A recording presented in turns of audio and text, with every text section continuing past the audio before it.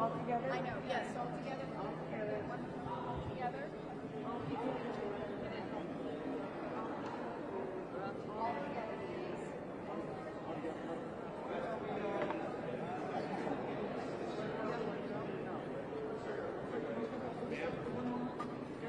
Together here this way, please. 1, 2, 3.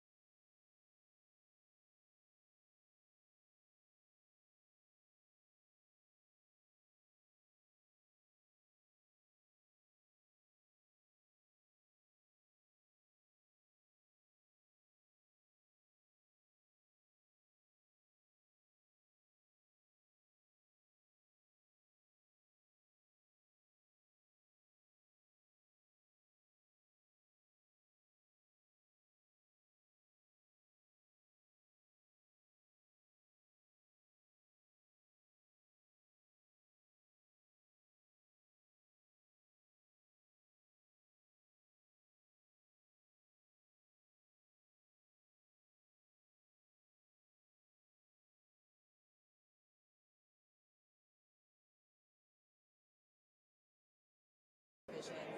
To make this golden age for the Kennedy Center? Yeah, well, our chairman, President Trump, and Ambassador Grinnell, our new president of the Kennedy Center, have really taken an aggressive fashion forward to save this institution. It was struggling financially. The programs were not what America wanted to see on their stages, and so they've really worked very hard. I find true love and passion in being able to share everything that we're doing with the American people and with those around the world. Art is a global fashion. It is a language that can speak amongst multiple different countries. We have artists here from all over the world, and during America 250, you'll actually see a lot more of that. So we're very excited to represent all the different culture at America's Cultural Center. Thank you so much. And what makes this different from all of the years prior to this? Well, I would say that the honorees are really unique in that they span genres and generations. What we're excited to have is something for everyone. That's something that Ambassador Grinnell and I have been saying since the day we got in the doors here. The Kennedy Center programming needs to have something for everyone. It needs to represent America's values, and it does that now. Thank you so much. Thank you.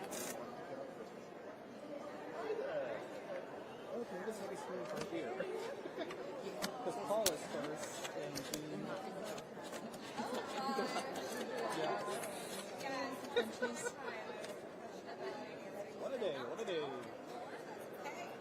I do my work from the sidelines now. Can you say a bit about why the president chose these nominees? Is the idea to maybe something more in tune with mass culture, more appealing to the average person, and maybe the ceremony happening? Yeah, well, I would say it's very simple. Our honorees represent all genres, and they cross generations in terms of their fans and the people that love them. And we really believe that it's important to have something for everyone here at the Cultural Center. If you look at our programming, if you look at the honorees that are on the stage, the artists that are on stage, Who's your favorite here?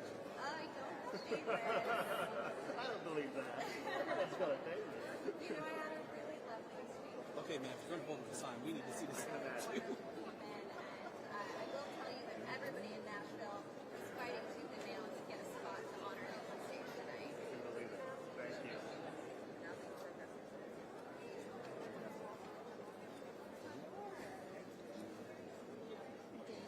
Yeah. Oh, thank you.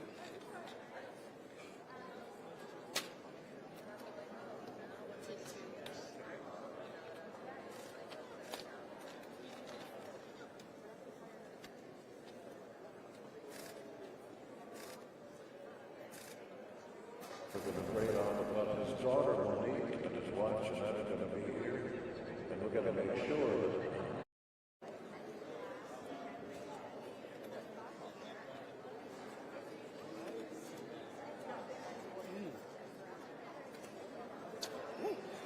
That's rush.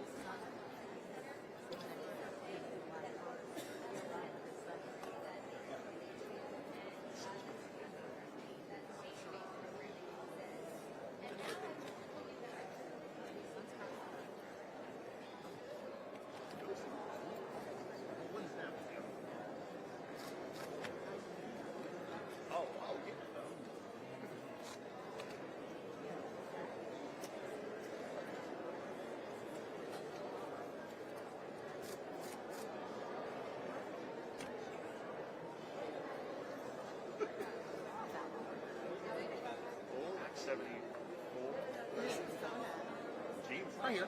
Does it have a like number? I mean a password code or whatever? Like Not really. Okay. Oh yeah, yeah. I definitely want that. Now I was having the list just to keep track. But then again, I already know who's the three, so.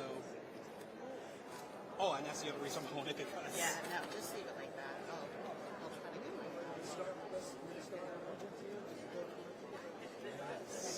Bill Conti.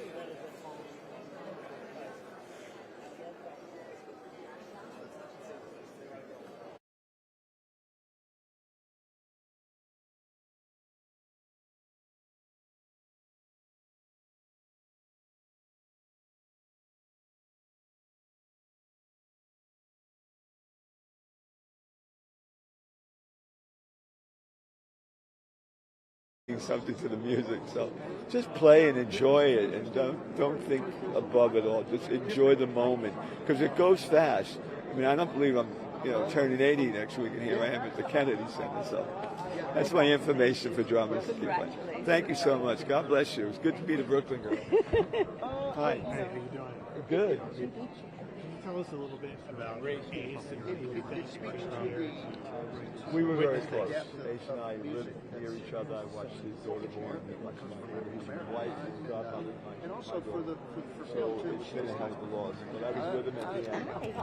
So were you performing ahead of time? I miss him. Yes, I'm in the tribute for Michael Crawford, But his daughter's here. and I'll be singing Music of the Night and Phantom of the Opera. What does it mean to be singing such an iconic song here? Very big part of the band. I am on cloud nine. I just can't believe that that I get to be a part of this, and to honor such an icon in all of music. You know, this is so well deserved to have initiated this role. You know, to really formed it. It's just it's in the fabric of our culture. So you know, you hear the music and you hear his interpretation of it, and you know exactly what it is. And so it's an honor to be asked to do and be a part of that. Thank you. Hi. Hello. I'm Arlene with Reuters. How are you? What's your name? Arlene. Hello, Arlene. And what will you be performing today, and what does it mean to you to be here? Will you be performing? I'm performing for in honor of my friend Gloria Gaynor, and I'm going to be performing 2 songs that I did on her album Testimony, which she won a Roots Gospel Grammy, and she actually presented me with my Grammy, and it was the first year that they had that category, and I won it, and then she called me out of nowhere like a year later, and she was like, personally, nobody does that. And she called me personally, and she was like, hey, I want to win that gospel Grammy like you did, and I know you know how to win one, so I want you to come do it with me. So I did the record with her, and she actually won it. Give me just the refrain, a little bit of what you're going to sing. So we're going to do it's going to start with an a cappella version, just like on the album, Jason Crabb and Chris Blue and I. So sing me like 3 minutes. And we're going to do, it's going to go like, through the storm, through the night, lead me home to the light, take my hand, precious love, lead me home. You deserve a second Grammy right now. That is beautiful. Thank you. Absolutely beautiful. Thank She's you. going to love it. She's going to love it. Thank you. It's going to be amazing, man. And it couldn't happen to a more deserving person. She is a beautiful ray of sunshine for all of us who know her. So, well, we women just think of her as man, strength and power. that's what she is, man. That's what she is. All my friends, the young kids, she uses some people in my band. Sometimes they can't keep up with her. She's 84 years old, and she's still traveling the world doing it. So, wonderful. Yeah. Thank you, Arlene.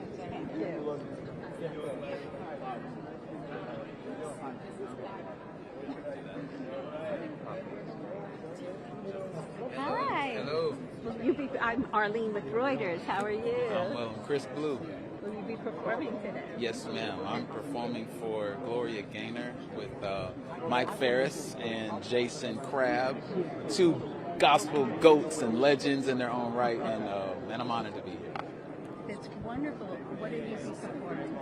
What will I be performing? I'm performing a song called Precious Lord, Take My Hand. And it's a classic gospel song that I grew up singing, in fact, in church. And so to be able to sing that song here on this platform with this, amazing group of people is going to be something truly special. I'm really excited about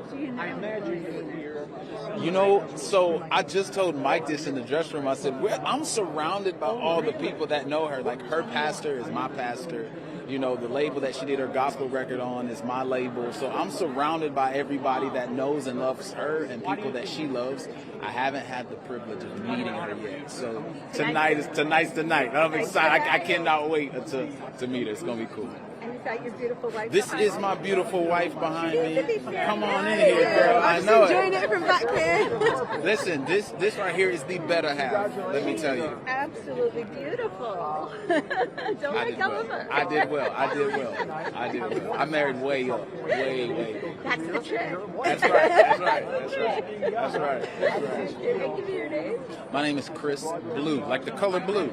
And where are you from? So I'm from Tennessee. from Knoxville, Tennessee. Yeah. One of our cameramen from Tennessee. Oh yeah? Yeah. He lost the accent though. Good old Rocky Top. You can't beat Rocky Top. It's a great accent. It is a great accent. Thank you. Thank you guys. Tonight. Thank y'all. Thank you. What did it mean for you to get the call to do this performance? Did they call? Who hit you up? How did you know you're going to be doing this? Man, so it was crazy. I was at work, so I'm a worship pastor at my church, and I was just hanging out with my family from work, and then I got the call, and I kind of froze up. From who? Because I couldn't believe it was somebody from our team, and so I was just like, wait a minute. What? I have the what? I hung up the phone because I didn't think they were serious. They called back and said, no, listen, this is not a joke. It's real. And so get ready. Here we are. Ready? Absolutely. Absolutely. Yes, sir. Without a doubt. Thank you so much. Thank you. This is a historical night. It's a new Kennedy Center, a new host, a new everything. How does it feel to be part of this induction year? Well, as I've never been here before, so it's very, very exciting, and it sounds as though it has great things ahead. So I wish I could still sing as strongly, because I'd love to come back here and perform. I could come back and sing something more quiet. The last thing is, when you first saw the book for Phantom, no one came from any thoughts of how you move forward on. Well, initially, I thought when Andrew said, he said to me, it's going to get crowded. we must do Phantom of the Opera together. And I said, not foolishly, yes, Andrew, I'd love to. And I thought he was thinking of me for the part of Raoul. And I had no idea.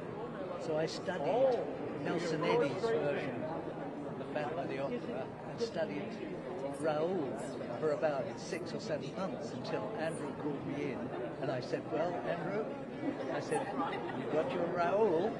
And he said, yes, we got him yesterday. He said, I want you for the Phantom. And I said, the old one? The ugly one? It took off from there. It's brilliant. I'm so glad. Hi, guys. Harley from How's it Reuters, going? how are you? All right, go. And you brought a Come beautiful back. date. I certainly have. This is my daughter, Faith. Hi, Faith. Thank you for being here with us. What does it mean for Dad to be here? I don't know. See, he really doesn't know. But for me, it's a big thing. So, Kennedy Center Honors has been something I've really respected and participated in throughout the last few decades, and so I'm here to just keep alive the tradition, and I'm glad to sort of revivify the whole idea that we can still come together and celebrate the arts, and it doesn't have a political overlay, at least for most of us. The president is very involved in this year. He really is. It's extraordinary, and he actually, I didn't realize how much work and money he's dedicated to redoing the center. It's amazing. The word is that it was pretty much falling down. I remember here the last time with Jerry Herman, I was like, looking pretty shaky, and it was not a good thing. So I'm really excited about it. Yeah, I thought so. I wanted to say hi to Michael myself. Hey.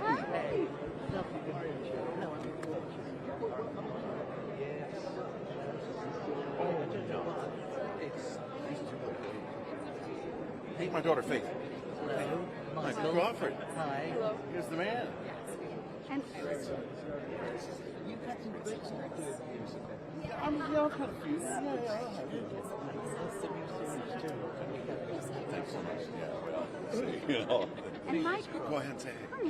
we're with Reuters. I'm with Reuters. Hi. Can you also talk to me about what it means to be here? Congratulations. Thank you. It means I'm speechless. It's so humbling. But at the end of a career, I didn't expect a phone call like that to say you're going to be honoured, and it was just mind blowing. But you've worked for it your whole life. But you don't think about that. I think we go to do, and we all go to do and do our job the best we can, and you don't do it for reward. The reward is having full houses there. That's the excitement, and to have gone with Phantom to have such audiences in England, and then in New York, and then in LA. We went to. It was amazing to see people sleeping outside before waiting for tickets, and you dream of stuff like that. What does it mean that your music, that your performance, that your show is so iconic on both sides? But, well, I say before, I started studying American film, unknowingly study, but from when I was about 7 years of age, seeing Buster Keaton and Harold Lloyd, and watching the truthfulness of their comedy. It was dramatic.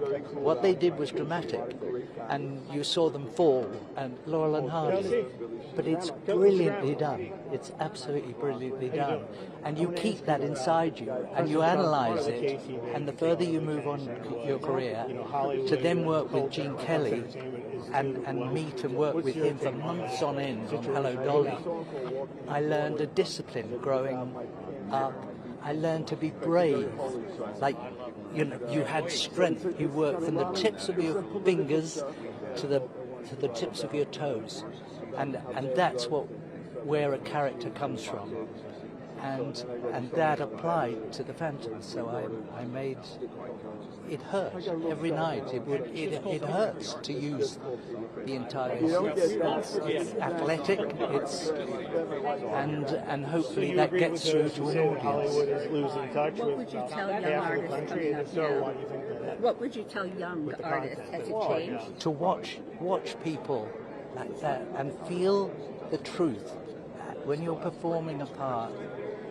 Live it for those few minutes that you're playing it, or those few hours that you're playing it. Live those moments. Live that life of the lyric that you're singing. Live it. Understand. Brilliant lyrics by Sondheim. They should make you weep when you sing. They're amazing, and it's all American. So I owe you a great deal. Thank you very much. Thank you very much. Thank you.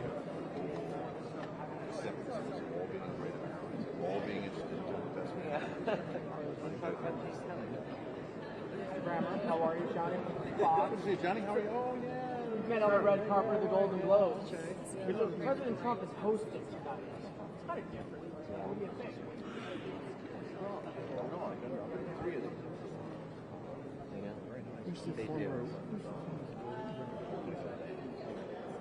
Hopefully you'll do the YMCA at the end of it. Does it better than anybody else. Yeah. Now you're in house. Around his neck. Is on the naughty. Guy standing there, glasses. Is that Arturo Sandoval? It could be. Yeah. I think that's Arturo Sandoval.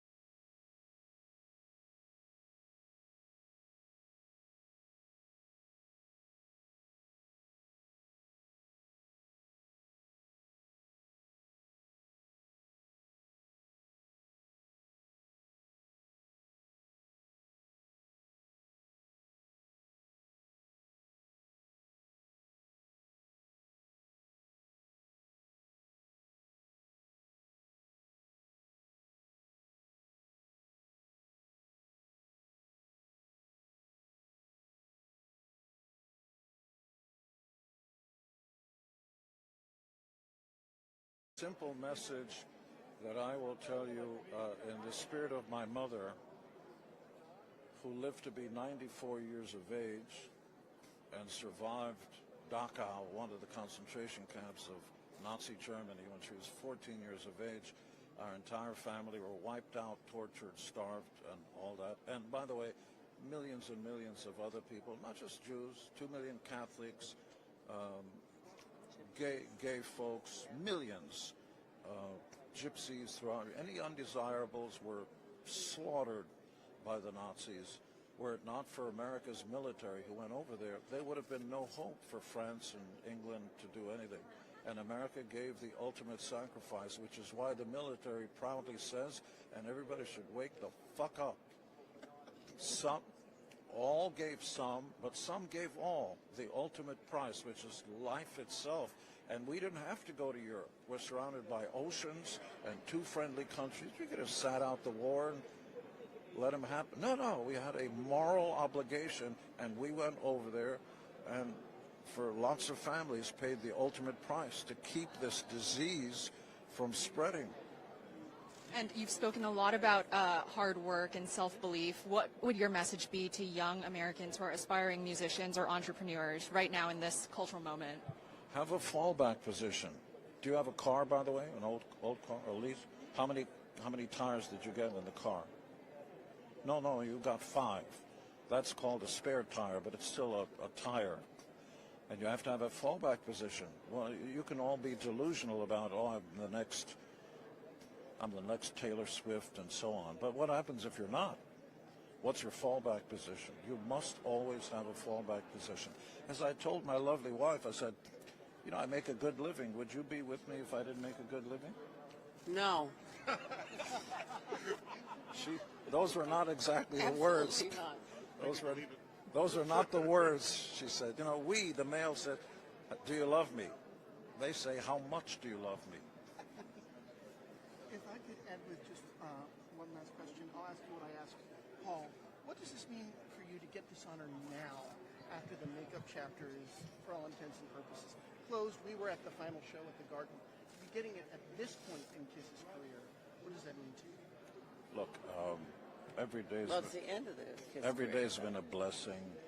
Hollywood Star Walk of Fame, this award, that award, People's Choice Awards. They're nice awards, but it really begins the very first day my mother and I, a survivor of Nazi Germany, stepped off the El Al plane onto this holy land, as far as I'm concerned, where people aren't going to kill you just because you're different or you talk different and stuff like that. And you have every chance of succeeding right alongside people that have been here for generations. You don't have to go to the back of the line. They did smack you in the head a few times. They did. For talking funny. Which is, I talk like this. He talked, with clipped vowels and all that. No, it starts with where. It starts where you're from. Because the same work ethic I have, if I was in North Korea and stuff, nothing would happen. Gotta move, sir. Gotta move. I guess I'm going to bed with it too then. Yeah, same. So, Peter, how does it feel to be honored with the Band for the 48th annual honor? It's a dream. It's almost like I don't want to wake up. I haven't slept in 3 nights. It's like I can't believe the whole thing that I was in the Oval Office last night with the President of the United States. And you see it in movies. And when you're really in it, and it's not really that way. But I felt when I walked in immediately the history that went on behind that desk with Roosevelt during the war, JFK back there, and all the other great presidents there. It was dynamite. He was very gracious. Ace's daughter was getting the award. He gave her a big hug and kiss. So Donald was, the president was very cool. Well, that is sensational. I know you had a long history with KISS, but if you can remember one particular moment that stands out to you, that sticks to you for the rest of your life, what moment would that be and why? I promised my mother when I was 13 that I would play the Garden someday. And I did, and she was in the audience with my dad, and they were crying their eyes out. And if that's as high as I would have gotten in my career, it was good enough. It was like going the distance, not necessarily winning the fight. And that was my most amazing, and it will always be. And if we never went any further than that, I would be fine. But that was my most making mom proud. Dynamite moment, making my mother proud. Well, I'm so glad you made your mom proud, and congratulations on that award tonight. Much. God bless you. Thank you. Have God a bless wonderful you. holiday, guys. Thank you so much. Don't be too late. Yeah, short and sweet. Hello there. Hi, how you doing? How's it feeling to be one of the honorees? It's a high. I mean, it's like, I can't believe we're here. This is way out of the rock and roll world. It's not the Hall of Rock and Roll Fame, but when I have a new album coming out on the 19th of December. So I was working in the studio, and my wife came down and said, "Hey, babe, you're going into Kennedy Center." I said, "Don't tease me. That's never going to happen. That's just not going to happen." And here we are. And last night we were in the Oval Office with the president. And he was so gracious, and he was so cool. And he's going to be here tonight, emceeing it. And we just lost our guitar player, Ace. So his wife came. Jeanette was very ill, but his daughter's going to sit in the booth with us, and she's going to be the first, ever to get to sit with. So it's been great. He's been very gracious. He's been really cool.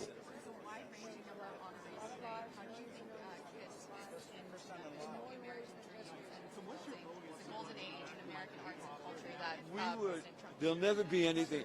We really had a dream, all the same dream. If we had to wear a dress and high heels and lipstick, that was what we would have to do. And we wound up actually wearing lipstick and high heels. But we all had this dream that we wanted to make it, and we thought we got to do something way beyond. And so we were very theatrical. We're New Yorkers, Broadway. So we started with a little bit with the makeup, and it got heavier and heavier. And then we thought, what can we do for the show to make it more? So let's blow up the stage. Let's levitate the drums, jeans spitting fire. And it became an event which no rock and roll band ever, if you went back in the day, they played and then they left. With our thing, we blew you up. You left going, oh my God, what was that about? So and today I see so many bands, including country western, using rockets and fireworks and wearing makeup. So I'm proud of it. I'm proud we opened the door for other bands to be out of the box, so to say. Be very creative. It's okay to do that. It's okay to be what you want to be. There's no rules. And so we broke the rules, and here we are. So I'm glad we broke them. Thank you so much. Thank you. I have a record coming out on the 19th. I don't know if I mentioned that, so I'm very excited. How you doing? Hey, Roger. Good. Matt Bailey at the Music University. Hi, Matt. Thanks so much. We appreciate it. Tell me about this record on the 19th. Oh, my Lord. Hi. It's taken me a year. It's surreal. It really is. To be able to be here and be a part of a tribute for Michael Crawford is just amazing. Amazing, I'm on cloud nine. Do you think that the role of music now, in this cultural moment, especially with the disorientation or the fragmentation our nation might be feeling, how can music really bridge? Music is something that it is the international language. Music is just, it bridges cultures and races, and we all are drawn in by that, by some form of it. And so we can share that, and hopefully that's something that we can come together and find something in common. Yeah. When you think about President Trump's renovation of the Kennedy Center, but also his vision, re-envisioning a kind of golden age for America and American music, and what role might country music play in that? Country music? Well, I think it has to play a big part. I think it's part of America. It's part of our fabric, and so I think it definitely has to play a big part in that, and hopefully that will happen. Thank you. Appreciate it. I got a big, oh my God, 20 cities signed to do it. And then so she called me. Most people have their people call you. She called me personally, and some Jersey number, and I go, hello. She's like, boy, yeah. Excuse me. But it was, she was like, look, I love your album. Exactly. I want to Grammy with that, and I want to drummers don't really have any city. So that's how we ended up talking for 2 hours a day. Wow. And right off the bat, so that's how it began. So I give them a drummer then, I go, sing, so we get a job quicker. Day one. It's the last song on the album Testimony, and it is a poignant, beautiful. I'm choking. Well, Mike, thank you for talking to us. Thank you. Give a shout out to our scenes from Rogers Review. This is Mike Ferris at the Kennedy Center Honors Award Ceremony tonight in Washington, D.C., the nation's capital, with the Rogers Review. It's all right, Mike. Thank you so much. We got it. Thank you, guys. Appreciate it. Hello. Mike, how are you? Mario too with NTD. Hello. Good to see you. Good to see you too. How's it feeling to be here tonight? It feels amazing. Gloria, we're here to celebrate Gloria Gaynor, and there's nobody more deserving than my friend Gloria. And so it's just going to be a beautiful evening. Like I just said, going to be single-minded, celebrating her, and so that's where it's all about for me tonight. What do you think about the role of music now in potentially you doing? I'm doing great, brother. Music Except you are is magic. living up to your name. Music has a way of reaching people when nothing else can. It has a way of breaking down borders, breaking down walls, internally and externally, like nothing else can, when nothing else can.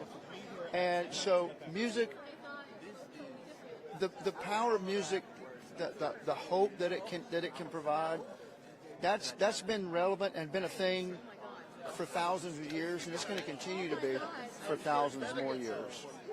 So to be able to be a part of that thread through humanity, it's a huge honor, And I know I can speak for Gloria on that too, because she's one of those people. She doesn't do music because she wants to; it's because she has to, and she feels the need to press on and sing that song, "I Will Survive," in the spirit of that. So, what a great question! Thank you for that.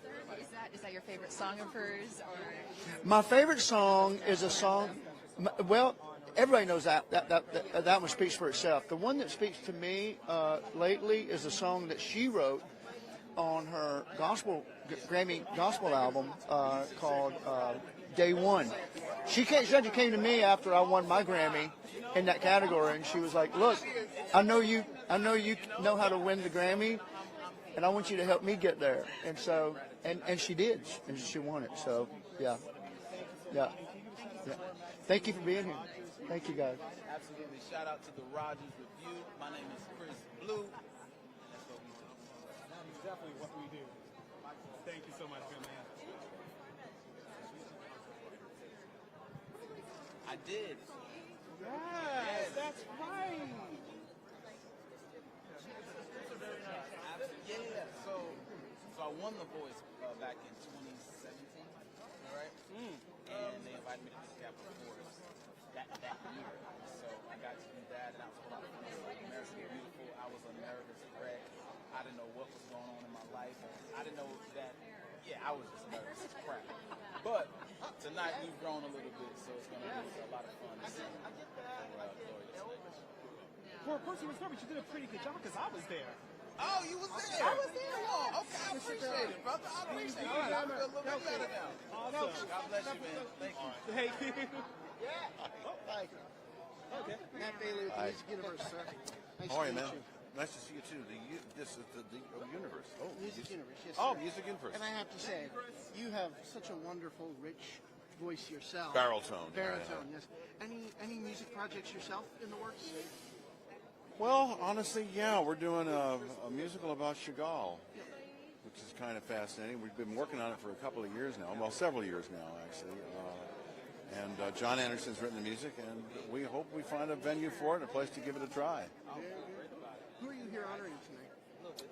I'm here for Michael Crawford. Oh, very good. Yeah. Yeah, thank you very much. Okay, thanks, sir. Good to see you. Good to see you, sir.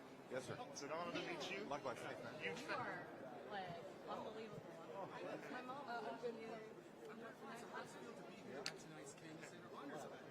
If I can quickly ask, I mean, you've been outspoken over the National Review, you've been outspoken over the years about being a conservative in Hollywood. With President Trump taking this ceremony over, do you think it's a positive step toward maybe removing some of the stigma associated with that? All right.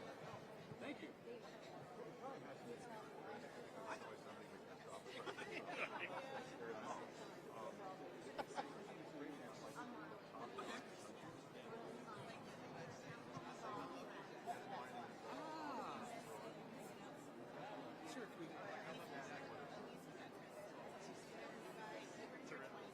Before I get to you, Mr. Angel, what are you wearing? This is gorgeous.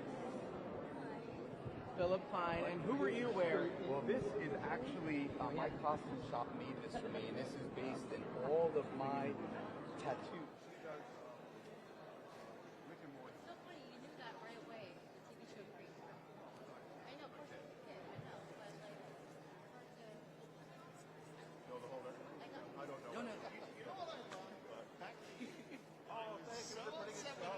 Yeah, the writer's strike killed that. The writer's strike got that.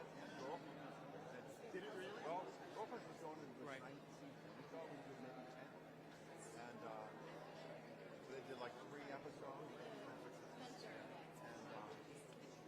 it's incredible. It's a dream come true, and because, as I said before, I've seen the people who have gone on before me. I've admired their talent, and to be counted among them is absolutely incredible, and I'm just floored. Yeah. Thank you. Congratulations. Thank you. What Thank does you. this mean to you? It means to me that, can I say I've arrived? Yeah, I think I've arrived. Yeah. I think you could already arrive. Yeah, well, I mean, but to be recognized in this way is like the pinnacle. And I'm so incredibly happy and honored and excited. And yeah, it's great. Thank you. Thank you. Thank you. Hi. Right, yeah. So how does it feel to be honoring Michael Crawford at tonight's Kennedy Center Honors?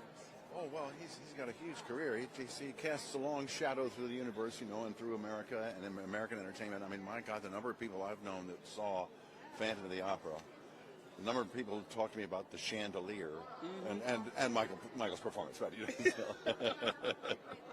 That is amazing. If you had to pick one song from Phantom of the Opera to be your favorite, what would it be and why? well, music of the night. I mean, that would probably be it. Nice. Well, thank you very much, Kelsey. Really Thanks, man. appreciate it. Thank you. Good to see you. Good to see you, too. Oh, I like the way suddenly the senses abandon their defenses. I love that line. Good to see you. Well, you know, music's always been important, but it goes through sort of phases, doesn't it? Like where it seems like it's not really connected to our country or to our society. Yeah, ethos. Yeah, good word. But then all of a sudden it is again. I mean, for instance, I thought music was dead in the 80s. I was like, oh my God, what the hell's happened to it? And then the grunge movement came along. And I was like, holy moly, these guys are making music again. I was so excited about it. It really was. So it's, you know, and that happens once in a while. So they go, wow, that's music. So, you know, it'll always play an important part in my life if I can, you know, but I don't always catch up. I'm not always current, but I try to stay current because of her. What do you think about this Golden Age vision for the Kennedy Center and the renovation, the physical renovations? Well, you know what? It's about character in the end. It's about realizing that your traditions and the things that are part of your heritage need to be celebrated and preserved. And John F. Kennedy's name needs to be preserved better than they were preserving this place. What do you think really gets at the heart of American heritage? It's about individuality. It's about celebrating the individual. And the fact, I mean, I can wax poetic about this stuff all the time because I really love America. I mean, it is a classless society for a reason. We don't have a lower class. We don't have a middle class. We really don't. We have, financially, we've established that, oh yeah, there's like a middle income kind of thing. But that's the result of success, actually, of success that speaks to how well the country and its principles serve individuals. But it is the individual that actually decides how big their dream's going to be. And they get to dictate that, not the government. What do you think is the relationship between morality and music, or character, as you put it, and music? Well, you know what? Music has always pushed the boundaries of what we think is moral behavior, and I'm for that. I mean, I like pushing the boundaries. I think it's great. I like to celebrate the fact that we all have different ideas about things, as long as we don't get too punitive in that approach. You know, as long as we don't get too judgmental and get our, you know, our own heads stuck up, you know, wherever. It's important to keep an open mind about things, and to celebrate talent and achievement in the arts without a political overlay. Really important. Yeah. Yeah, absolutely. Thank you. Thanks. Nice talking to you. Take care. Okay. We're so excited to honor Kennedy Center's honorees, these legends in American arts, and just hear some great performances. So of all the honorees we have, who are you? So Kathy, you know, my background is in ballet, so I'm a classical performing arts. I have to say I love see Mr. Crawford here, he's a legend. All of them are. But yes, I love it. Oh my God, that's great.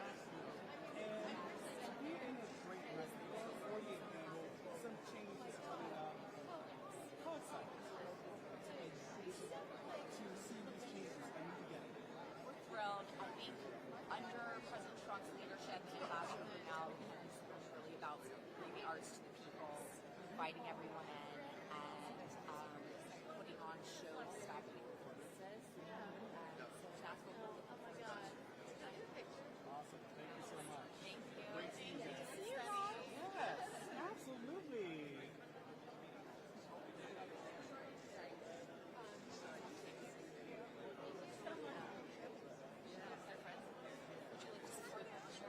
Sure.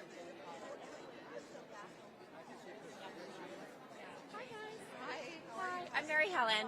Hi. How's it feel to be here tonight? Oh, we're so excited to celebrate the arts. I've been on the board of trustees since President Trump's last term. I came on at the end of his last term, and so to see him come in, his leadership with Ambassador Grinnell, putting arts back at the center of American culture and focusing on show-stopping performances. Are you particularly excited about any of the honorees tonight? I'm a ballerina, classical ballet. I used to dance with New York City Ballet, so I love Phantom. Very excited to see Mr. Crawford honored. What do you think about this golden age vision that President Trump and, as you said, Ambassador Grinnell has laid out, and also the actual physical renovations? I think it's important. I'm so glad to see that we're investing in the Kennedy Center again and the physical building, and with a focus on common sense programming that people want to see. I mean, I think that the center was built with the concept of arts diplomacy, and that's a really, really important role, and I think Ambassador Grinnell's been the perfect leader for that, to bring in, to use the arts as, to break down sometimes those barriers between cultures, and especially in the world we're in now, this crazy world, I think arts are more important than ever. So, great, thank you. You too. Next year will be the 40th anniversary Phantom launch on the West End. Which brings to mind that, especially since just recently in Baltimore, Phantom was on the national tour. I got to see it for my third time. So how do you feel that legacy that you started 4 years ago is still going for generations to come?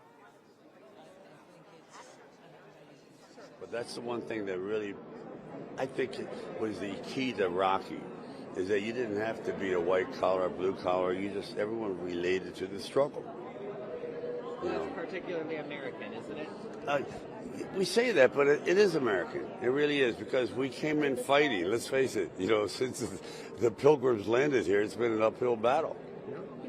So yeah, we're very relatable to struggle. The film captures that fight, which I think is part of its narrative. I know, but it wasn't like an obvious ploy. It just happened, Thank you, guys. Appreciate it. The president, Mr. Stallone, the president had such, is so, he really finds so much emotion in your work and so much inspiration in your work. What does it feel like to have the president of the United States? It's the ultimate, but it's one thing that we have in common. Even though he's been incredibly successful in his life, and we have, there's still a portion of us that consider ourselves underdogs. We're not completed works of art. We still have a long way to go to be really self-satisfied with who we are.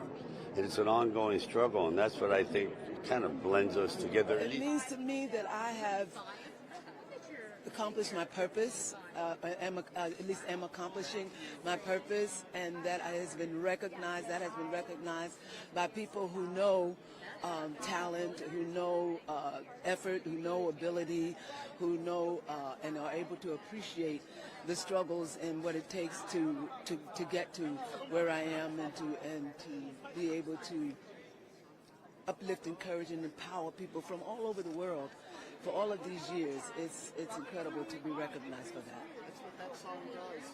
Years later, are you surprised how that song has traveled, how I Will Survive has traveled all over the world? No, I'm not surprised at all. I knew that would happen. When I first heard the words, I've always said, I Will Survive will last and be popular for as long as it's heard, as it's played. Gloria, I was with you on the night of the movie premiere in New York City. Mm-hmm.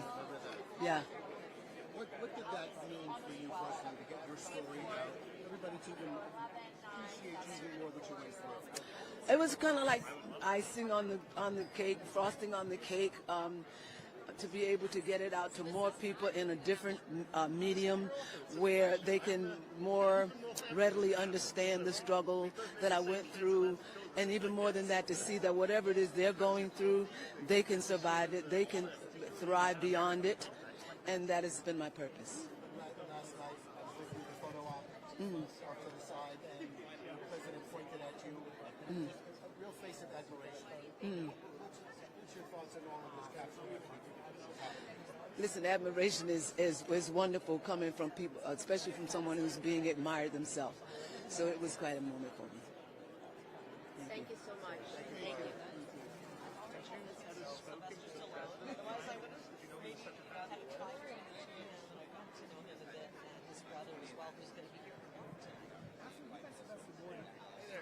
Come on, my love.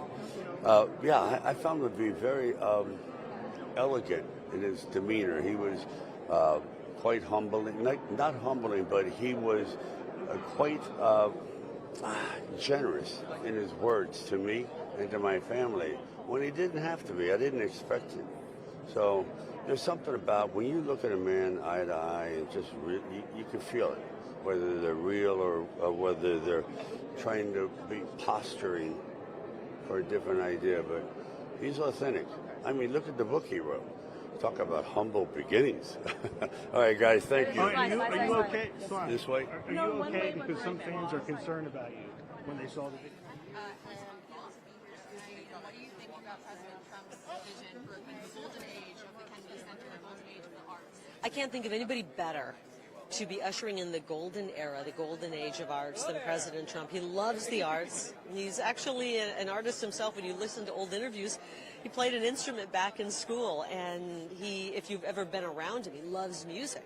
He's installed a disco almost atmosphere in some cases at the White House when he plays his DJ music, and everybody can hear it. He loves it. He loves to be a showman. He is a showman. But most of all, he loves to build, create, and restore. And as he's restoring America to its glory, to her glory, he's also restoring this building, which in the past administration, years before, had not only had, mismanagement of money, and it was almost in financial ruins. This building was almost in ruins. And he said, we've got to invest in capital and bring this building back. And so he's working to bring this building back. They're building, they're fixing, they're repairing, and it already looks so much better. He's also doing the same thing with that big, beautiful ballroom at the White House. What do you think is the role between rebuilding or renovation and soft diplomacy, and how is this actually tied into, national security? Well, I think that the arts are an important way to bring people together. You can be from America, you can be from another country, and you sit and you listen to a symphony, and everything, all the differences just melt away. You're listening to Mozart, you're listening to, you might be watching a Shakespeare play. Everything just melts away. And that is what the arts are supposed to be. Unfortunately, in the past 10, 15 years, they've become woke. The arts have become woke, where people just turned it off. They said, I don't want to watch this program. It's pushing an agenda. It's pushing a woke agenda. I don't want to watch this play. It's LGBTQ plus IA, DEI, you name the alphabet. People don't want that. They want to just be entertained and appreciate the beauty of arts. And I think that's what they're bringing back here. I believe that's what we're going to see tonight. You can be a Democrat, you can be a Republican, you can be somewhere in between. You can actually be from another country and you can appreciate KISS's music. You can appreciate the great music of George Strait. You can appreciate the plot and the storyline of Rocky. Thank you so much. Thank you. Pleasure to meet you.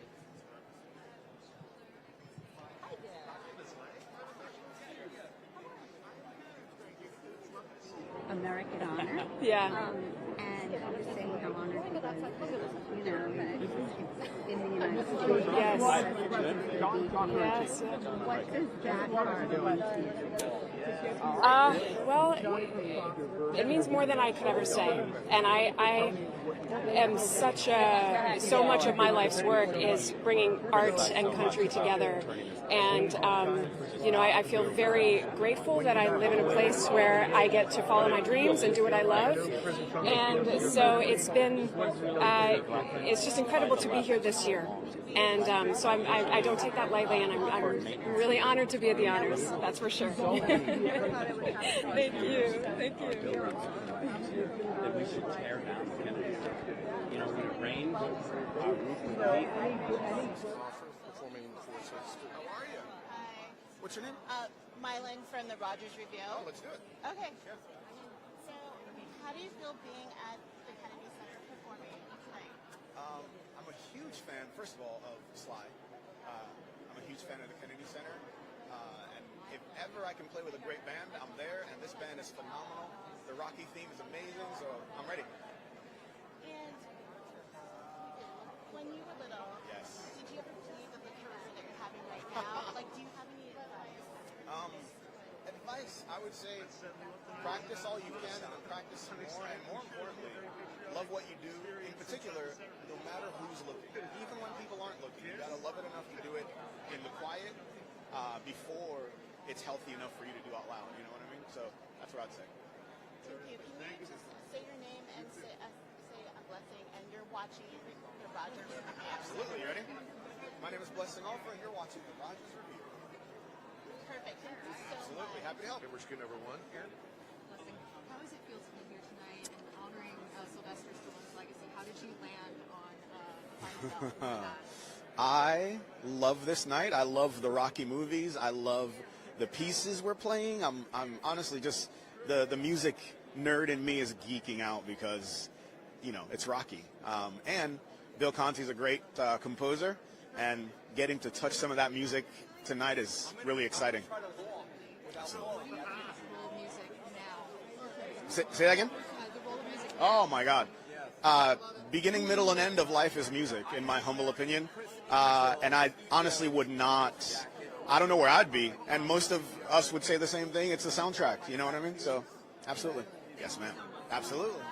On the jacket. The boots, of course, is by my legendary friend, Mr. Paul Stanley. These were the boots he wore for his last concert at Madison Square Garden.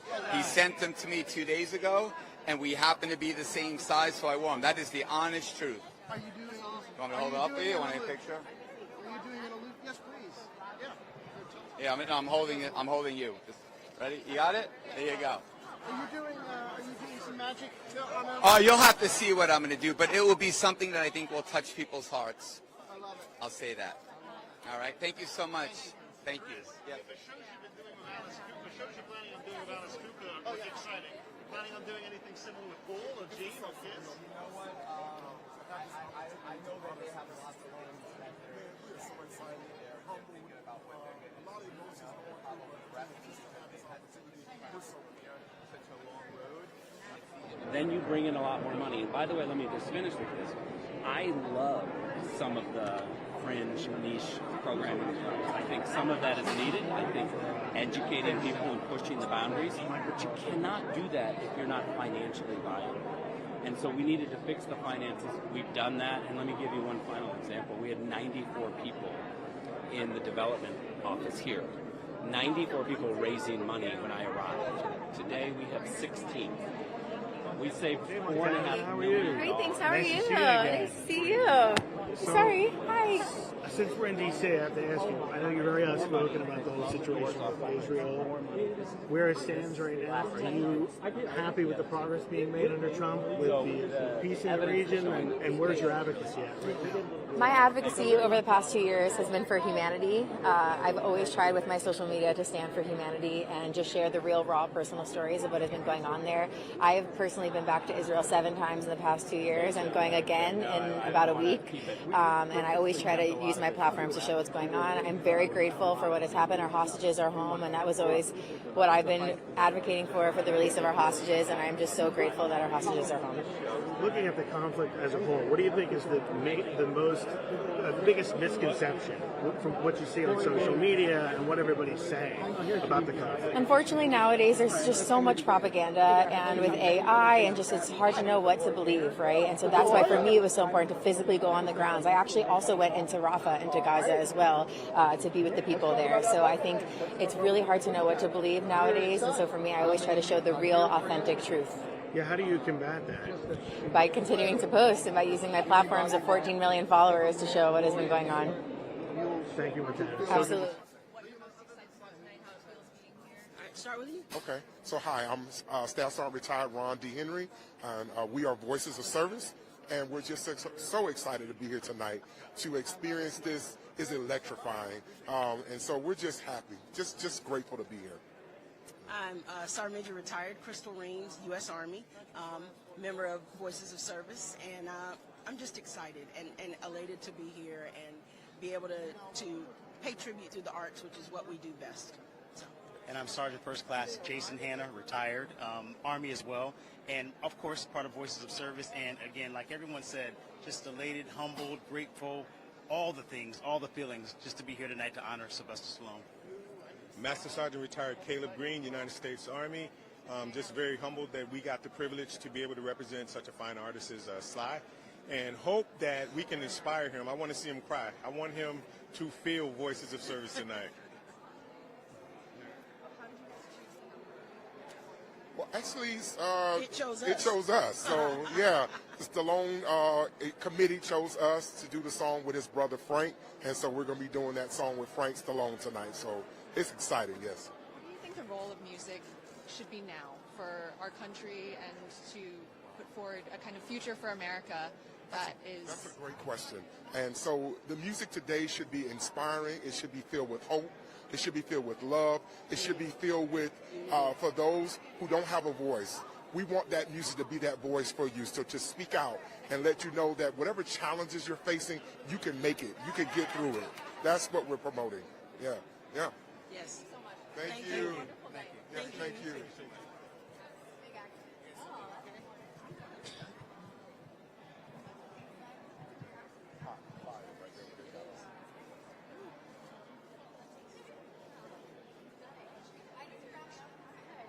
And she came out and she said, I've never played Carnegie Hall before. It was a bucket list. I'm like, so we became friends. We talked.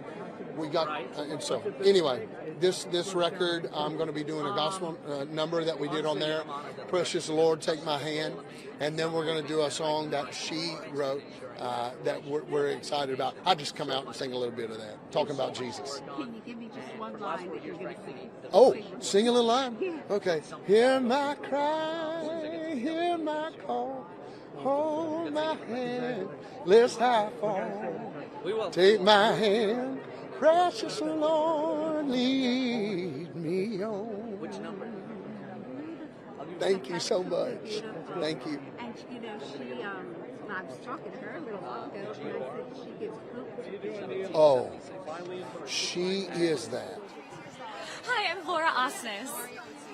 Hi, Mario.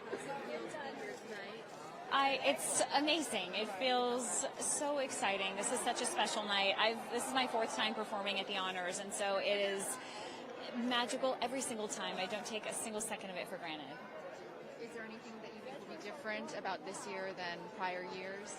Oh, I don't know. Yeah, I mean, with an administration change, there's always things done differently. There's been a lot of new faculty at the Kennedy Center. So yes, there are always things that are shifting and changing, but the class and the elegance remain from year to year. And I feel like it's a night honoring excellence in the arts, and everybody's here to celebrate that. How are you doing, Carrie? I'm doing excellent.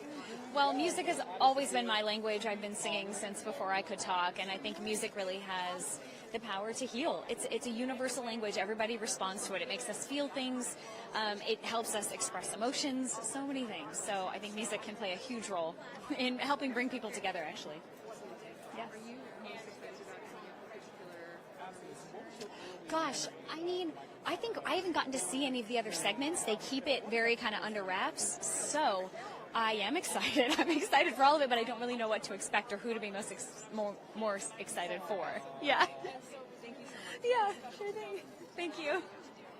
Nice. And if you have a message for all the theater kids out there who would love to be where you are doing the tribute for Michael Crawford one day or somebody down the road, what would you tell them? Tell them that it is such a great feeling to get to do what you love and to get to share the gift of song and storytelling to other people and to touch hearts in that way. So to keep going, and that we need you. We need you. We need this next generation to continue that. definitely do. Thank you very much, and look forward to hearing you tonight. Thank you so much. Thank you. Appreciate it. Thank you. Hi. Sproutley star Carrie Manalka. She's performing this evening. And Michael Crawford. Yes, Could you hello. please introduce yourself to our audience? Yes, hi, I'm Carrie Manalakis. Yes. What brings you here tonight, and how are you feeling about being here? I'm so excited to be here. I am going to be honoring Michael Crawford and singing a song for him and to him, and so I can't wait. How did you land on the particular song that you're going to be using to honor him? It's I knew that they were going to do this song, but kind of the version that we decided to do shifted and changed, and I couldn't be more happy with where it landed, and so I get to just basically sing the song directly to him with the orchestra, and it's just very pure and simple and beautiful and grand, and so it's going to be awesome. I'm excited. What do you think the role of music is or should be in kind of the American legacy and for the future of this country? Right? I think it's so important, and it's weaved throughout the fabric of our nation since it began. And I think that what's cool about tonight is that Michael Crawford really paved the way for this art form by defining so many roles that changed our lives. And so I think that I love how art is being celebrated at such a high level right now, and the performing arts in particular. And so it is truly an honor to be here, not only just getting to do what I love, but getting to do it for and with my country and just the nation as a whole. So I'm really thankful. Yeah, thank you. Nice to meet you too.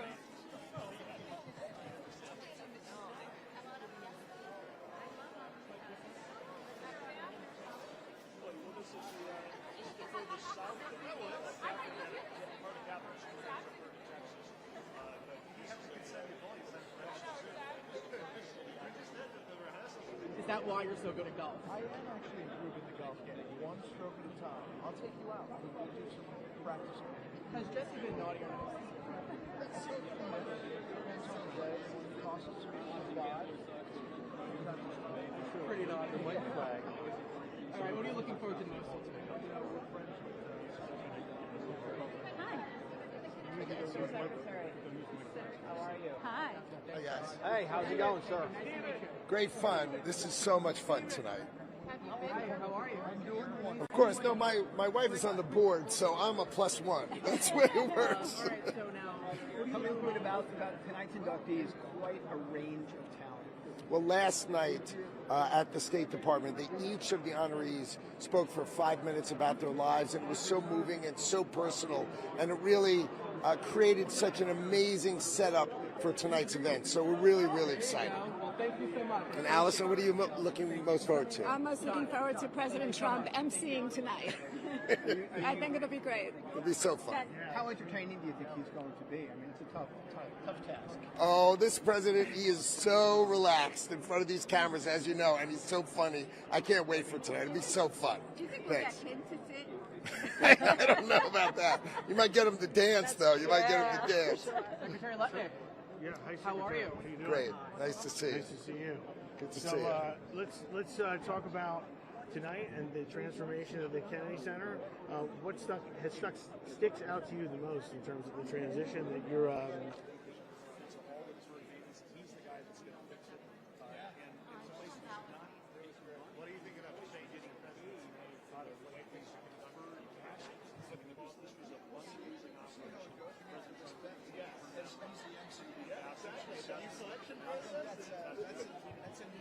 didn't give him any tips.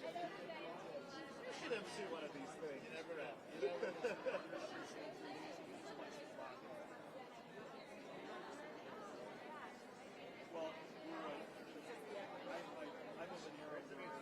What implications would that have for the economy and for the country right now? So I sat through that case. We are going to win that case. Right? We're going to win it either 5-4 or 6-3. And the Supreme Court understands how devastating it would be for this country if they didn't stand up for the president's power to protect and defend our economy and our country. So I think we're going to win. You heard it here. We're going to win that case. Thanks. Secretary Lutnick, how's it going? Johnny from Jesse Waters Show. Nice to see you. Have we done any trade deals today? None today. You know, this weekend is Kennedy Honors, and I'm a +1. My wife's on the board of the Kennedy Center, so I'm here to support her. Oh, so you're the big guest tonight. So, you know, Christmas season's here. Which cabinet member would you Christmas season's here? Which cabinet member would you say is on the naughty list and who's on the right? Any luck on Mississippi? Haven't heard back yet, but I will keep you posted.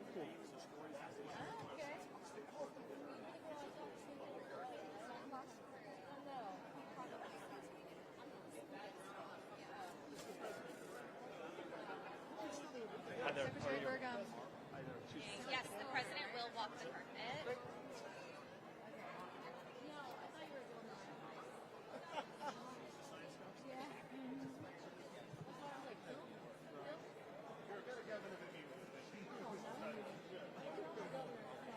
Marlene, I'm from Reuters. How are you? I'm very well tonight. Very excited to be here. And you will be performing? I will be performing. I am honoring Gloria Gaynor, who I'm excited, so excited to honor her. Well, excited to be here for all the honorees, actually. But years ago, Gloria Gaynor had a radio show with the BB Radio 2, and she was the host. She left, and they offered me Gloria's radio show. And I couldn't believe that I was meeting with her, talking with her about the radio show, and just a tremendous talent. And I Will Survive is the theme song for so many people's lives. You know, we're going to make it. We'll be good. So it's an honor to be here. Thank you. You take care. Started with the columns outside. He's raised $250 million for the big beautiful bill to make these buildings. I know who that is. That's too. They have a different height. They have a height challenge. They're up by like 2 feet. There's a couple. 6'5". It's like Brad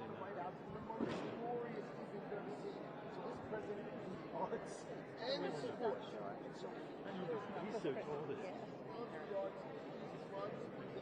This building is great. So, you know, who's the front right? It just doesn't work. Now he's going to make it. Tell me what you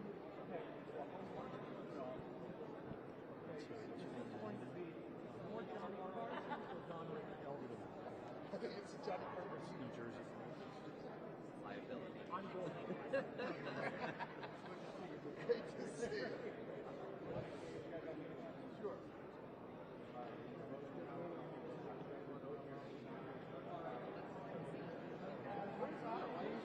She'll be down here. About your role here as the new president of bringing out President Trump's vision for a golden age in the arts and the actual renovation of the musical center. Yeah, look, the president gave us $250 million to redo this place in the big, beautiful bill, and we've been working hard on it. There's a lot that we can do up front, but there's a lot that we got to do behind the scenes. We need a new roof.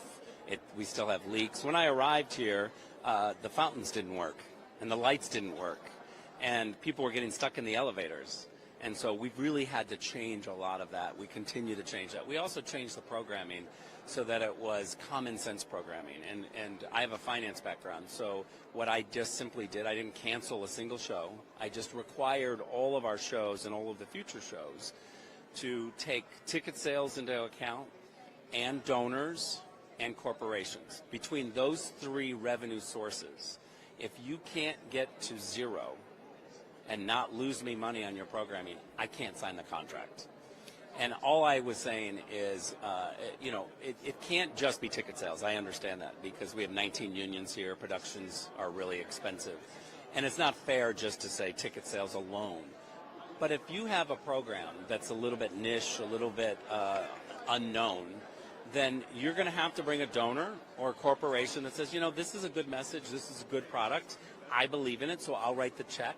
And so combining the corporations, the donors, and the ticket sales together to get you to zero, I don't think it's too much to ask for. I think it's responsible, and we need to be responsible so that this place goes forward. It wasn't responsible here before I got here. When I arrived, we were paying staff with debt reserves. And if you understand basic economics and finance, that is a terrible thing, and it's not sustainable. You will ruin this place if you continue to have to pay through debt reserves. We had no money in the bank. Today, I'm proud to say that in this one night, we've raised $23 million, which blows the doors, almost doubles what they did last year. In 10 months that my team has been here, we've raised $130 million and growing, which is way more than we've ever seen for this place. I think changing common sense programming has attracted corporations. Tonight we have Boeing, Delta, and CBS. And these are corporations that are giving more than they ever have because they believe that the programming and the family programming is responsible. So, thank you so much. Yeah, thank you.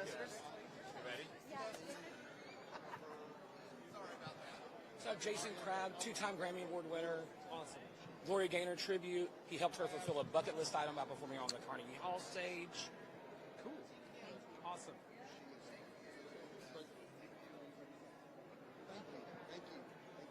Right down here, Jason. Hi. Hello, Jason. How are you doing? I'm doing pretty good. Good. So how does it feel to be part of the Gloria Gaynor tribute tonight? Well, I'm so excited. I'm going to be honest, she's one of the greatest people that I have ever met in my life. Not only musically is she a phenom, but honestly, as a person, you will not find a nicer, more incredible human. I think if everybody was to sit down with Gloria Gaynor, the world would be such a better place. She has so much love in her heart, and she cares for everyone. And so, and I know this because she's my friend. And I heard that you helped fulfill a bucket list for her. Is that correct? We met, I was playing Carnegie Hall in New York, and we started tweeting back and forth to each other. And she said, I might come. And I said, you better come. And so what happened is I said, I pulled her right up. I pulled her out of the crowd. And the next thing you know, we just became friends and had a wonderful time and helped her with her Christian record, which won a Grammy. And so it's exciting. That's sensational. Thank you. Thank you. Oh, thank you. God bless you. Hi.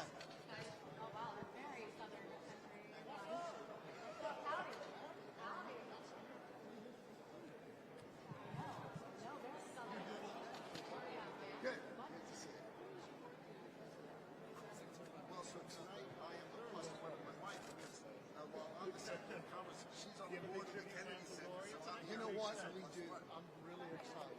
Here's why. I wish that every person said that in a conversation, even if it was just President 5 minutes, 3 minutes, it she has so much love. No money. Music goes bad. She renovated. She saw acquired in a big way. With $250 million to build to fix this building, make it all construction costs out. So she's even white and gorgeous. Now he's going to fix up this whole building. This building's got great acoustics. You can't fix acoustics on a building like this. It's either great or it's not. And so now he's going to make this building sparkle. So I can't wait to see it. The president is a great builder. I don't know. He says he's going to fix this building. I'm just sitting here. Secretary London, nice to meet you. Nice to see you. Miranda. Sorry. So how does it feel to be here at tonight's Kennedy Center Honors? Well, it feels great for me because I'm my wife's +1. You see, my wife is on the board of the Kennedy Center, and usually I get all the, the front and center because I'm the Commerce Secretary. But tonight, it's her night. So you're making sure he doesn't miss a show, especially this much tonight, correct? Especially tonight with President Trump hosting. It should be amazing. Absolutely. So of all the honorees that are here tonight, who are really looking forward to seeing and meeting and saying, I just met this person? Well, so last night, the honorees each spoke for 5 minutes and told us, the key to their life and how they got there. Yeah. So, Sylvester Stallone with Rocky, and he was sleeping in his car, and he had no money, and those kind of stories. And Rocky was, of course, a key part of my life growing up. I mean, KISS, listening to Gene Simmons tell us the story that his mother was in a concentration camp in Germany, and that she cries whenever she hears the national anthem. I mean, wow, was that amazing. And then you've got, the King of Country, right? He's had a #1 song, right, every year, and top 10 for 30 years in a row. I mean, so he's the King of Country. And then Michael Crawford, of course, on the President's playlist. The #1 song in that playlist is Phantom of the Opera. And You know, so for Michael Crawford, I mean, what a great honor that was. How fantastic. And don't forget Gloria Gaynor. She got the lyrics to I Will Survive when she had just had a horrific accident and was undergoing back surgery. Oh, yeah. And we learned that last night, and that was very inspirational to hear that. Thank you so much. Appreciate it. Great. Nice to see you. Mrs. Lutnick.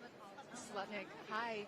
How does it feel to be a board member under this administration and what President Trump's doing to kind of reinvigorate the arts, or his example of laying out a golden age for the arts? It's a privilege for me. I have been involved in the Kennedy Center now for about 7 months, and I'm really excited to be a part of it, especially under President Trump, who's going to make the Kennedy Center great again. When I first got here, I took a walk through the whole thing. I took a tour. I saw a lot of the bones were falling apart, and he's going to fix this place up and make it spectacular again, and I'm very privileged to be a part of this. What do you think the role of music could be at its greatest potential now for the future of America and in particular? Well, the Kennedy Center and music convenes people. It brings them together. And music is the greatest way to people's heart and to make them smile.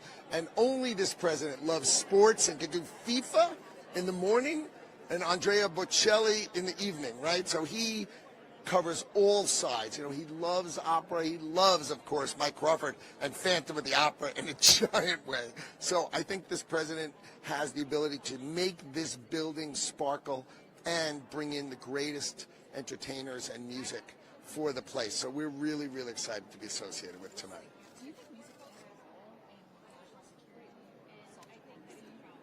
I think soft power is the way to put it.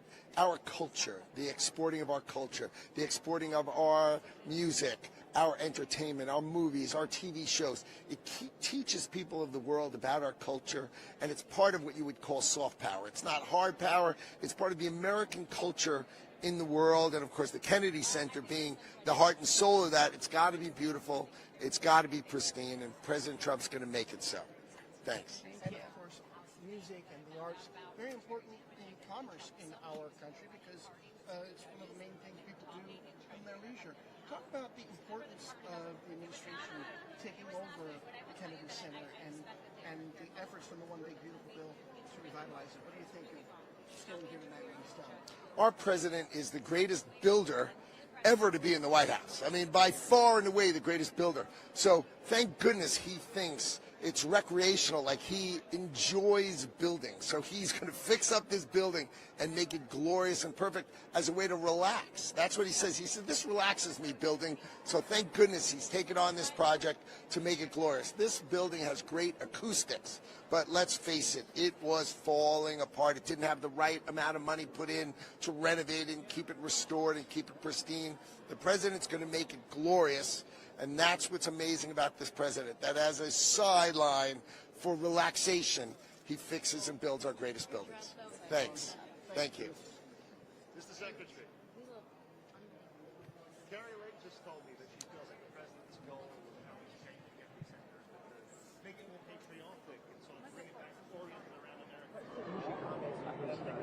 Hosting skills by saying that his biggest asset, first of all, he's innately funny, but his biggest asset is he can capture a crowd. He'll capture an audience. Tonight's Kennedy Center Honors event will be the highest rated ever.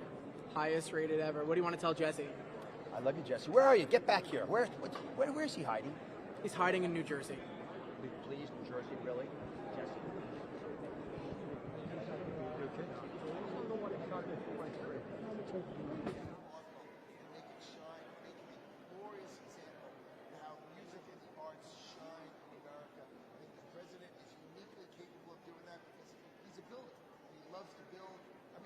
Last night, you know what? When I'm building, it's like relaxing for me. Other people want to watch TV. I want to build buildings. So he's building the ballroom. He's fixing this building. Thank goodness he's doing that because otherwise this place was heading in the wrong direction. He's safe. Thank you, Mr. Secretary.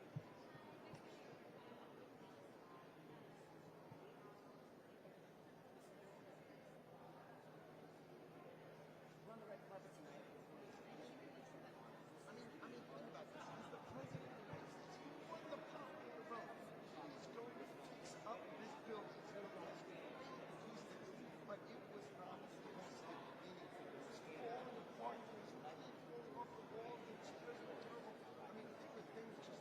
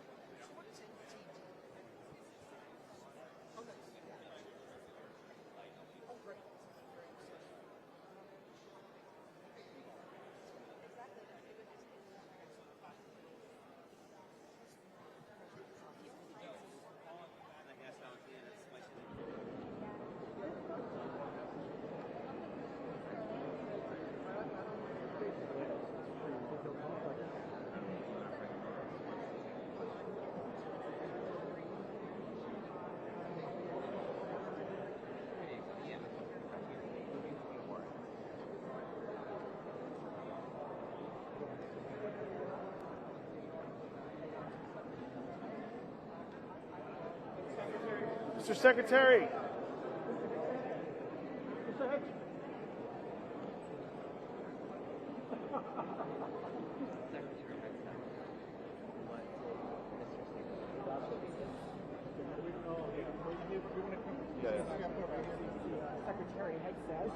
Mr. Secretary.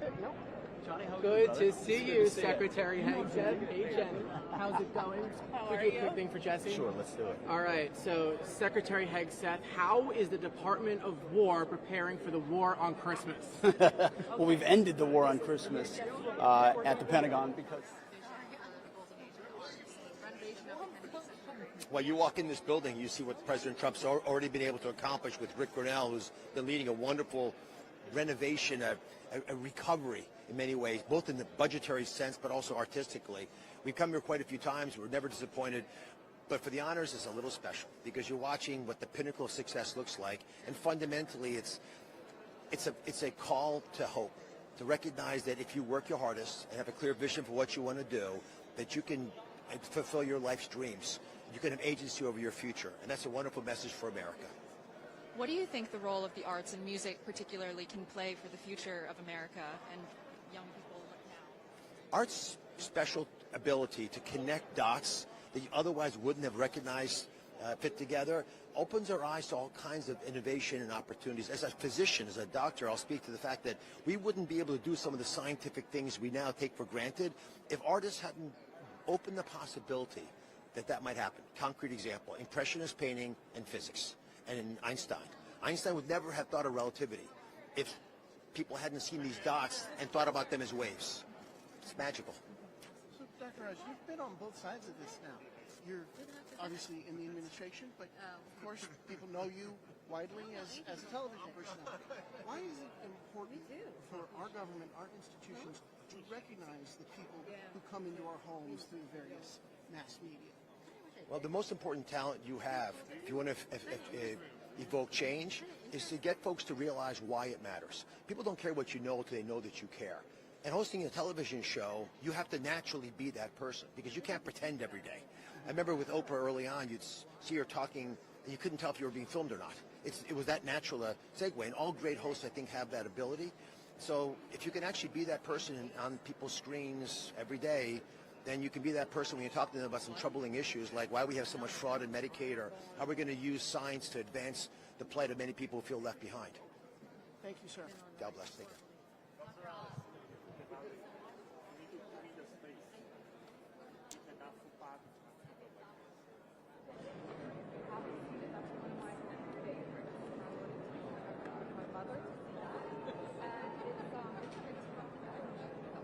Are the guys going to be here for San Marcos?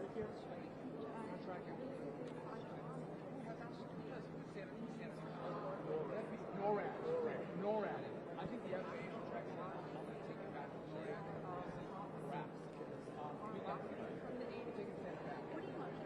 Jesse Waters the naughty guy. He's a naughty guy, nice guy. Well, thank you so much. Have fun tonight. It's great to see you.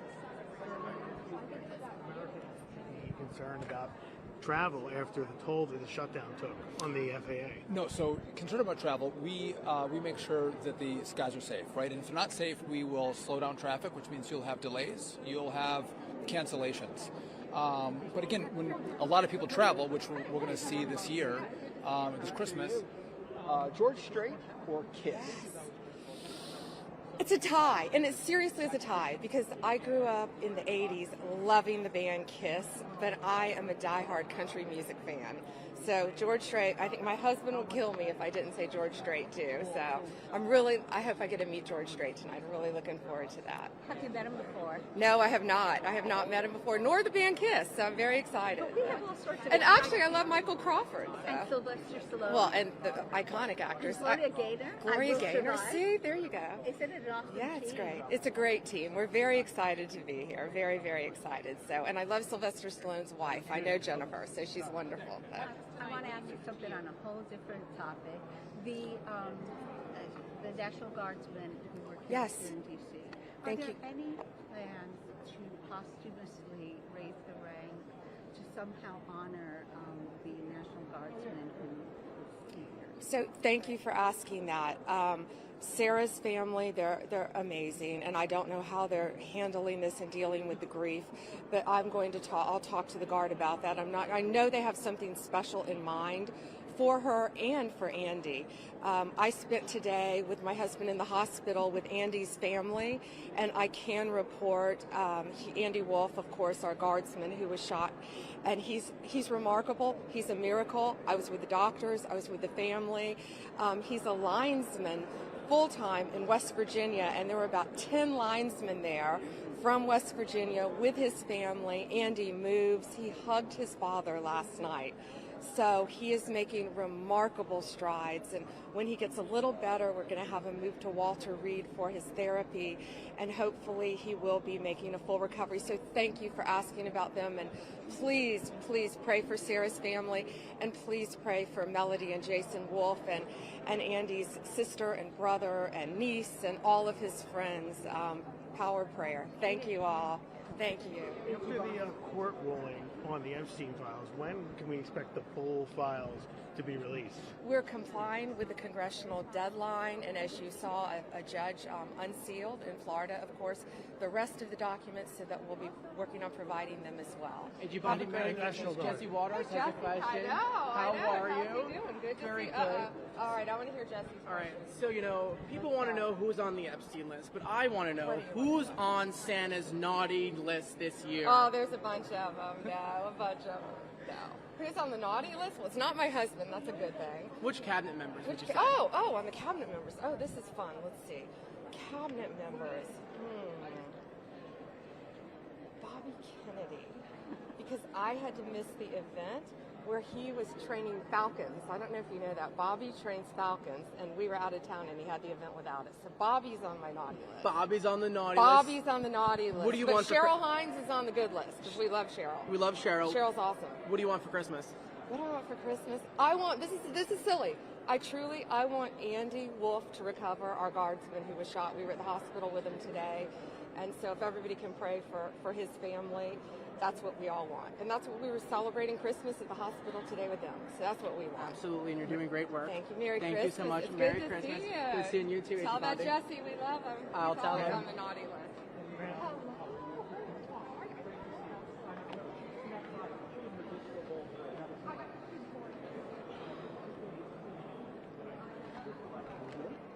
Yeah, the live channel said it with Bonnie and Hex, I think, kept something to black every once in a while.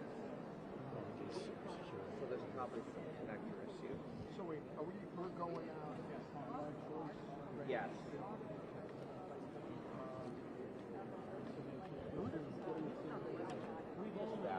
Okay.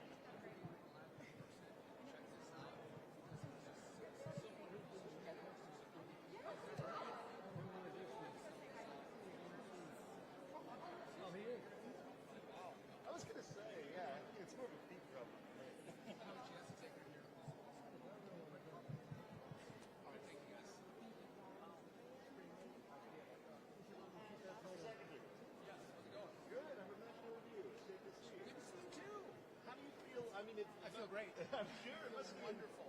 Must be an exciting evening. It's your daughter? This is my daughter. This is Paloma. Hi. Paloma's 17. She's a senior. I don't know. I don't know if it's the band KISS or if it's Gloria Gaynor. I also love Michael Crawford, and I'm a country music fan, so I like George Strait. My husband loves George Strait too, so I'm really excited to be here. You know, we're not going to talk about any active or pending cases. What I will talk about, it's not a pending case, but I was in the hospital all day today with our National Guardsman, Andy Wolf, who was shot, and we won a Christmas miracle, and I can tell you, I was with his family, the doctors, he's doing amazing. And last night he reached up and hugged his dad. So if anybody wants a Christmas miracle, that's going to be it. So please continue to pray for that family and Sarah's family, of course, because she didn't make it. Happy holidays, Merry Christmas. Attorney General Bondi. Thank you. Merry Christmas.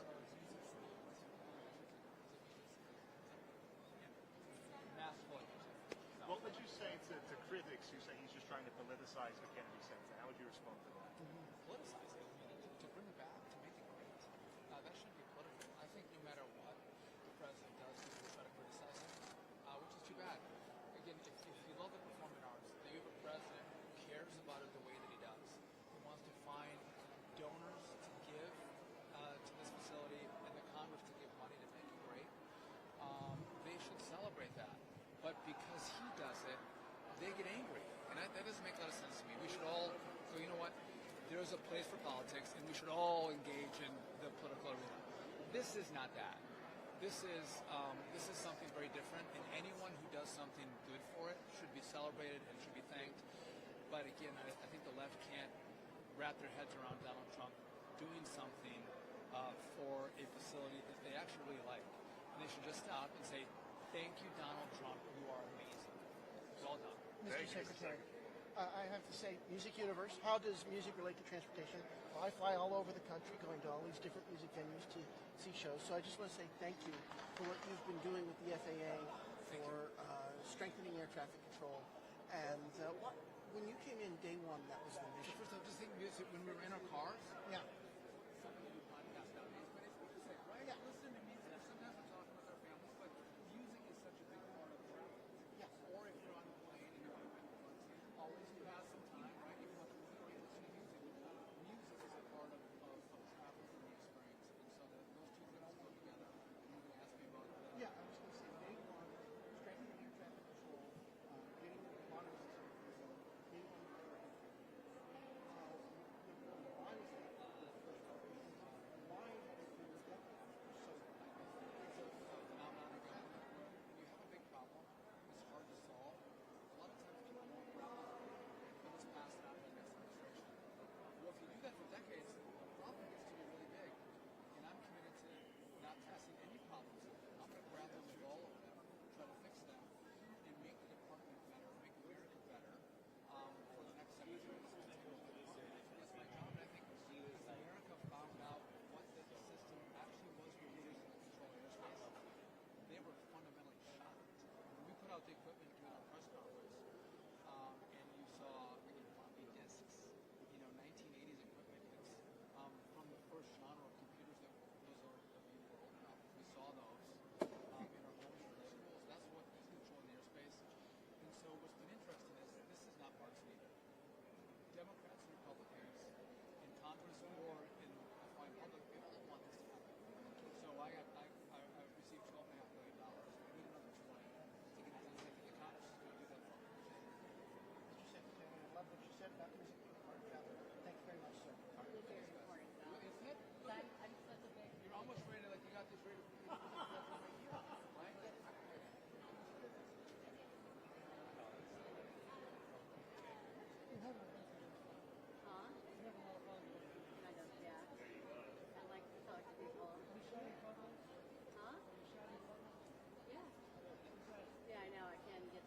Right, so to whom could I forward it? I mean, it's a legal thing, so it's like urgent. Yes. Because I don't want it to not go out the way you want it to. We want to do what you want, but you So said, what are the questions? there they are. Okay. So the CBS said, references a December 7th show live broadcast, December 23rd airing. The CBS restrictions say clips are not replayed until the show is over on the Eastern. Does that refer to December 7th or December 23rd? 23rd. Okay. So the red carpet is fine. Yeah, we know that. Anything in the show? Right. No. Right, but the show, all your restrictions only have to do with the show because the red carpet is Reuters. Right. So you have CBS restrictions and you have Kennedy Center restrictions, and they're different. Right. Which ones are we supposed to follow is the question. They have different things about the dates. For example, you also said the CBS sheets say that local shows can use it, pre-tape programs 7 days before the 23rd, but over here you're saying are not permitted to air until after the broadcast. I see. You see, they actually contradict. Right.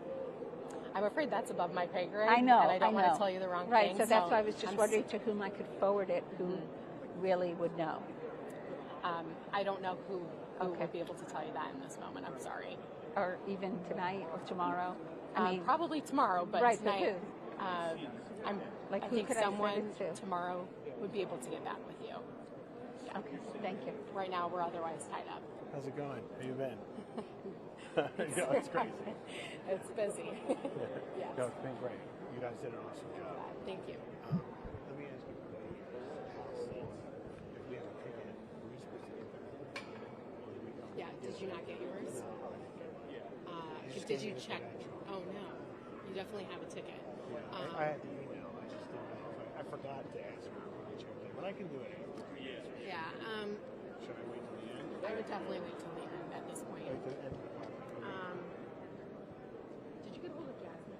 Yeah, so they're going to take care of it. They were. And then Q asked her for an exact.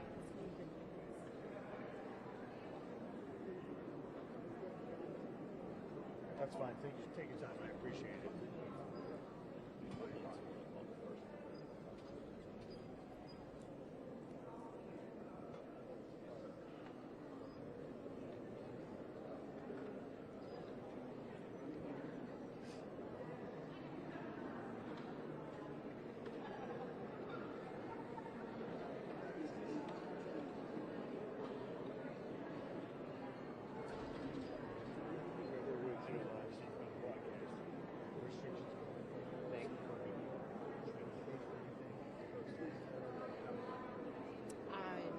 Anything on the red carpet is fine, but in the show, we can't take photos of the show because that's CBS, and it will be live on the 23rd of December. Yeah. Yes. But in-house shots of the box where the president will be are fine. Yeah, but of the show, no. Yes. Yeah.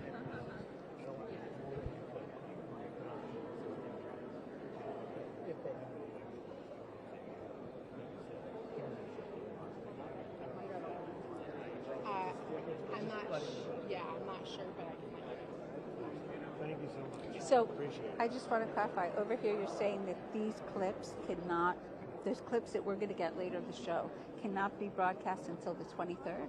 That's correct. Okay. Of the show. Nothing in the show can be broadcasted. Before the 23rd? Correct. Okay. That's new, because usually we can do those clips. Okay. CBS has the rights to those because they are the production sponsor. Okay. We'll talk about it. That's my understanding. Okay, thank you. Thanks again. Assuming the president is the plan? I think so. And what's your name so I know who I can... Amanda. Amanda, and your last name? Fisher. Fisher, thank you, Amanda. Yeah, I thank you for your patience. I don't want to tell you the wrong thing, and these are above my pay grade. Right, we're just trying to do what you want, and we're confused, so we don't want to... I know, it's tough with both institutions exactly. having involvement with it.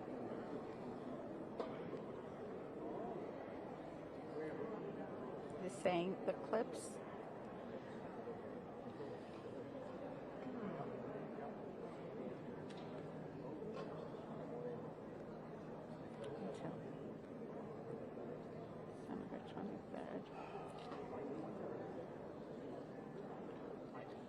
So the clips of the show at all, nothing except red carpet until the 23rd.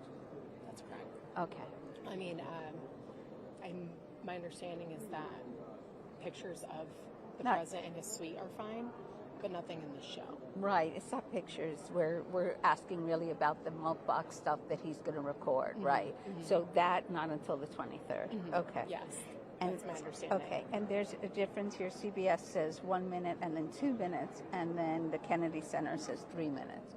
We're just going to leave it to 2 minutes. And I would just that was, play it exactly safe that playing way. it safe, and right. So, but the biggest question was that first one with the dates. Thank you. No problem.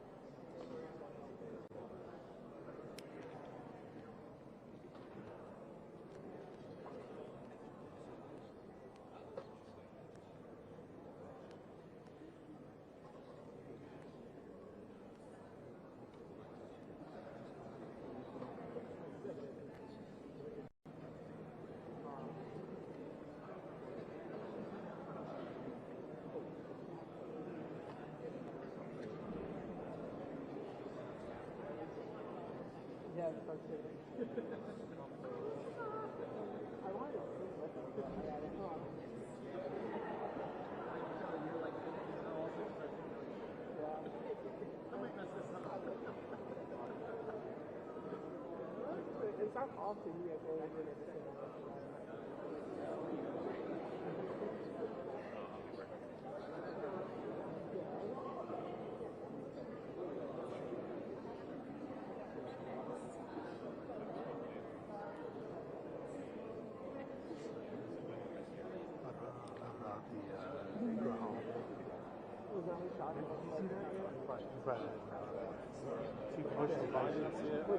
I mean, judge, but she might have played off like she meant, and he, although he likes it, yeah, we'll do it there. I mean, that's well. It's known as a report. Just a quick shot at my shit. Deportation. That's a little inside baseball. Okay, awesome. Thank you so much. I appreciate it. Thank you.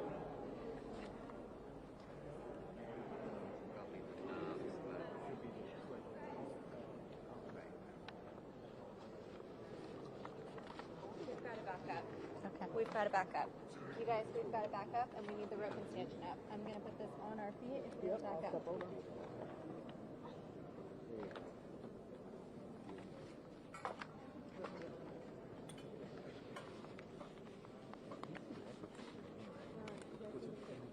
CBS restrictions are new, right? That was their whole, we had a whole thing. Actually, I missed the scene. I was like over here. I was like, wait, what the fuck? There's a difference with the CBS emails versus what they have the size of the multiple. Yes. Yeah, body on the side. It's like, I agree with that. You came here on the pretense of thinking there was water coming out.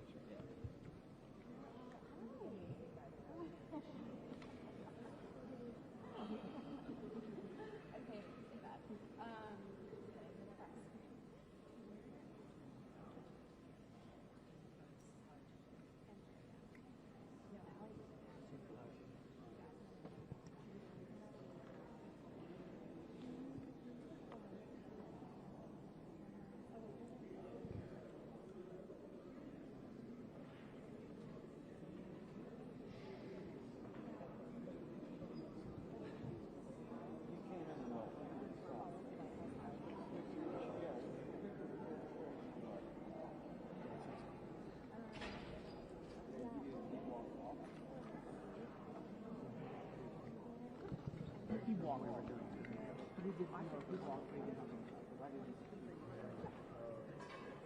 don't know if anyone has this conversation.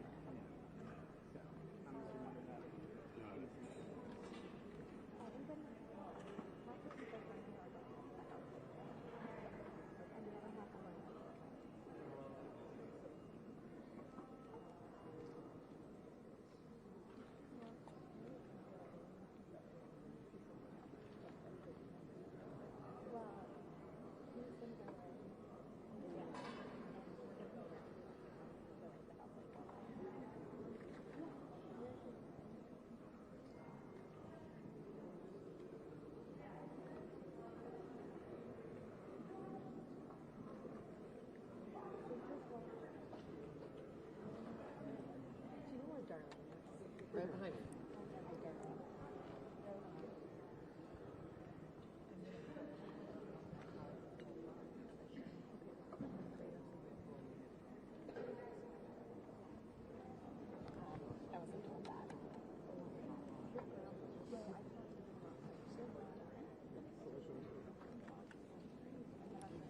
Jeff? Hey, I didn't know you were back there. Do you want to be up here in case? Sure. Sure. Great. But you have to run this device. How are you? I did. Okay, just I need you to step on the other side of this. There we go. Yep, you need to be right where I am. Where you are. Yep, So Mike- I'm giving you the mic. Mike will go. Okay. Jeff.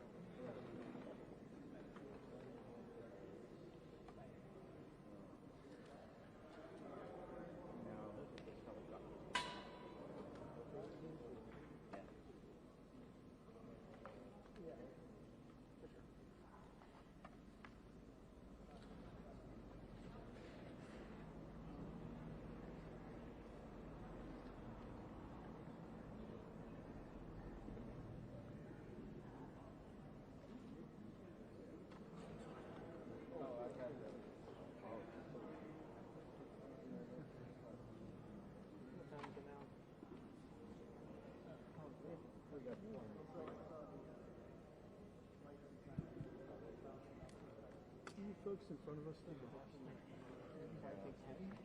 Appreciate that. Yep.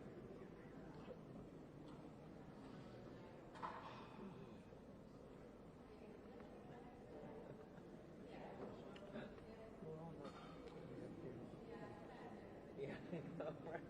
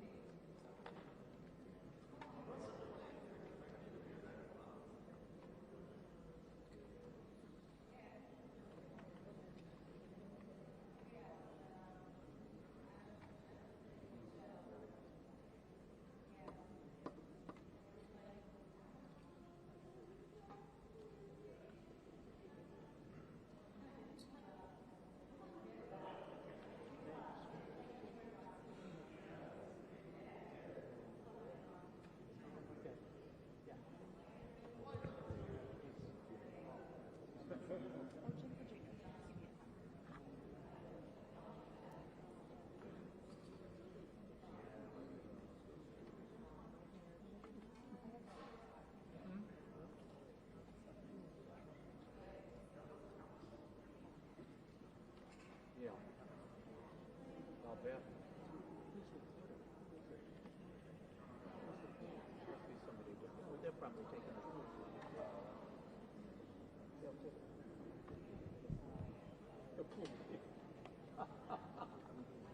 somebody hasn't eaten enough today.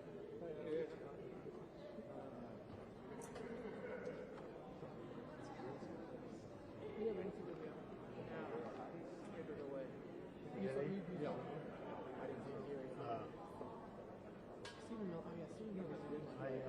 try. It's hard because you're in the middle of a conversation.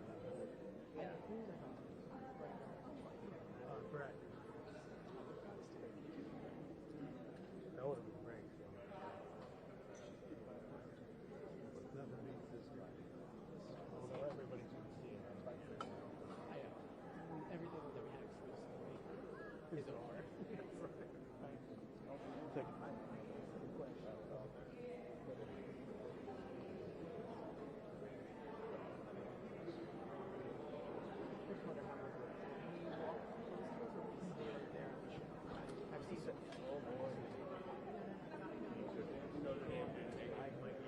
Probably more which is okay. Wow.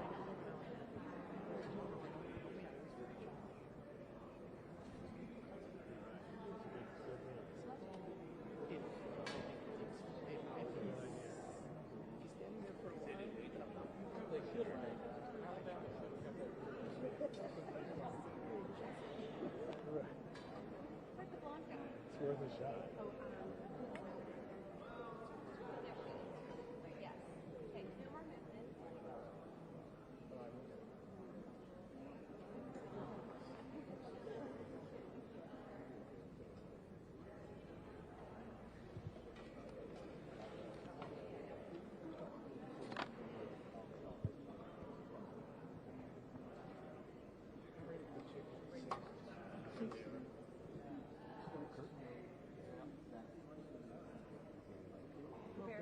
Yes, ma'am.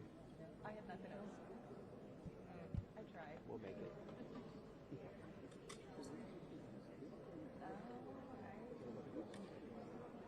Is he here, Jeff? Yes.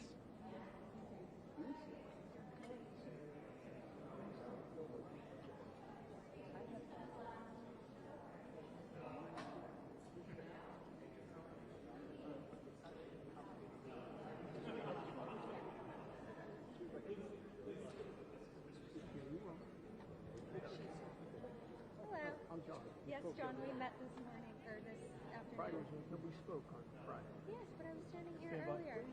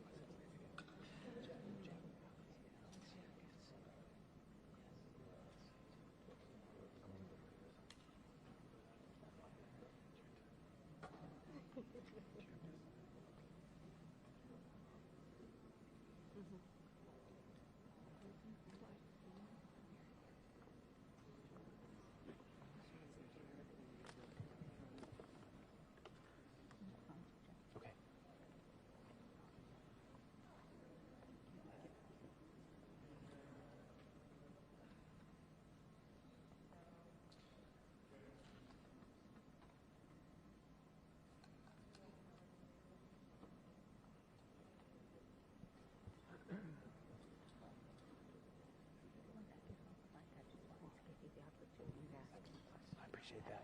Yeah. Of course. Yeah, no, that's great. That's why I was doing it, not. There we go.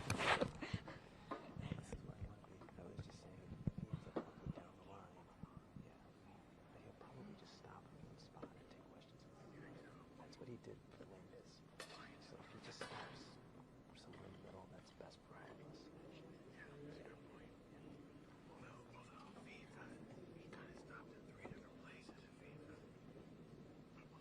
I should have cut here the whole time. I've been at the very end and I missed Stallone and all the people didn't walk down to the print people. I could use a quote from him.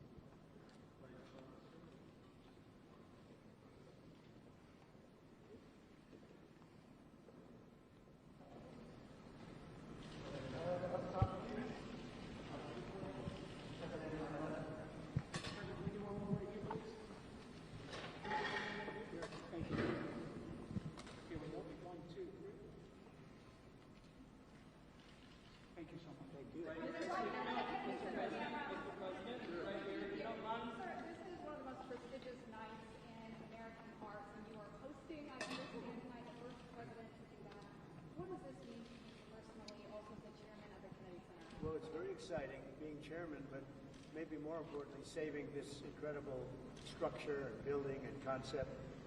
And it's done so well. You know, we've raised a tremendous amount of money tonight for the building itself and for charities overall. And we're really happy. It's been I mean, you see the way it's been received. It's been like it's never been before. And this building, this beautiful building, is going to be brought back to life. We've already started. And it'll be better than it was from day one. Tonight's honors represent storytelling of American legends. What do these honorees represent to you tonight here at the Kennedy Center? Well, we have great honorees. This is a group that really is unique. I think it's one of the, I mean, look, over the years I've been watching, and you've had some wonderful honorees, but I think this is really very much unparalleled. So we're going to see how it turns out. I think it's going to be a great evening. And First Lady Melania, can I ask you about your upcoming video? Can you tell us anything about that, your film? My film will be out on January 30th. So looking forward to it, and I hope people will come and see it. It will be 20 days in my busy life before inauguration. We look forward to seeing that. And what does tonight mean to you? You have celebrated the arts and design as part of your journey. Tell us what tonight means to you here at the Kennedy. Well, it really means we're bringing back the capital, Washington, D.C. If you look back a year ago, it was a very unsafe place. Beautiful, but unsafe. But it wasn't properly kept. It was not in good condition. Now it's in very good condition. And as you know, crime has been brought down to a level that nobody's ever seen here before. So we're very proud of that. Thank you very much. Mr. President, what do you think of the Netflix Warner Brothers deal? Kennedy Center, Mr. President? Say it? Do you think the center will eventually be named the Trump Kennedy I don't know. I hear that, but I don't know. That's not up to me. That's up to the board. The board makes that decision. We have a very prestigious board. If you look at the names, I don't think there's a board like it. So that would be up to the board. Thank you. Are you willing to take a foreign policy question? Say it? Foreign policy question? Well, I think maybe not tonight. Russia, Ukraine? This is about the Kennedy Center. Okay. Thank you. What about Netflix and Warner Brothers? Well, that's got to go through a process, and we'll see what happens. Netflix is a great company. They've done a phenomenal job. Ted is a fantastic man. I have a lot of respect for him, but it's a lot of market share. So we'll have to see what happens. President Trump, who's on your list for next year? I looked at the list today. I can't tell you that yet, but a lot of people want to be on my list. You'd like to be on the list. I don't know about that, but I have a question, Mr. President. How have you prepared to host tonight? Well, maybe I haven't prepared. Maybe you want to be a little bit loose. If you look at the great hosts, Johnny Carson, Bob Hope, those are the greats. If you look at the not-so-greats, like Jimmy Kimmel, he was just terrible. But no, I think you want to be just loose and not a lot to prepare for. Really. You know what you have to be? You have to be yourself. I've been asking your cabinet tonight, is this going to be more Johnny Carson or Don Rickles? Well, Don, I knew them both, and they were both great guys and friends of mine.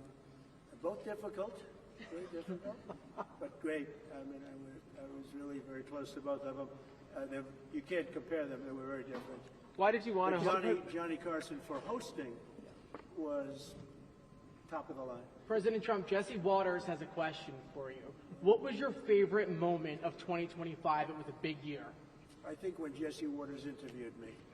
It was such a phenomenal interview.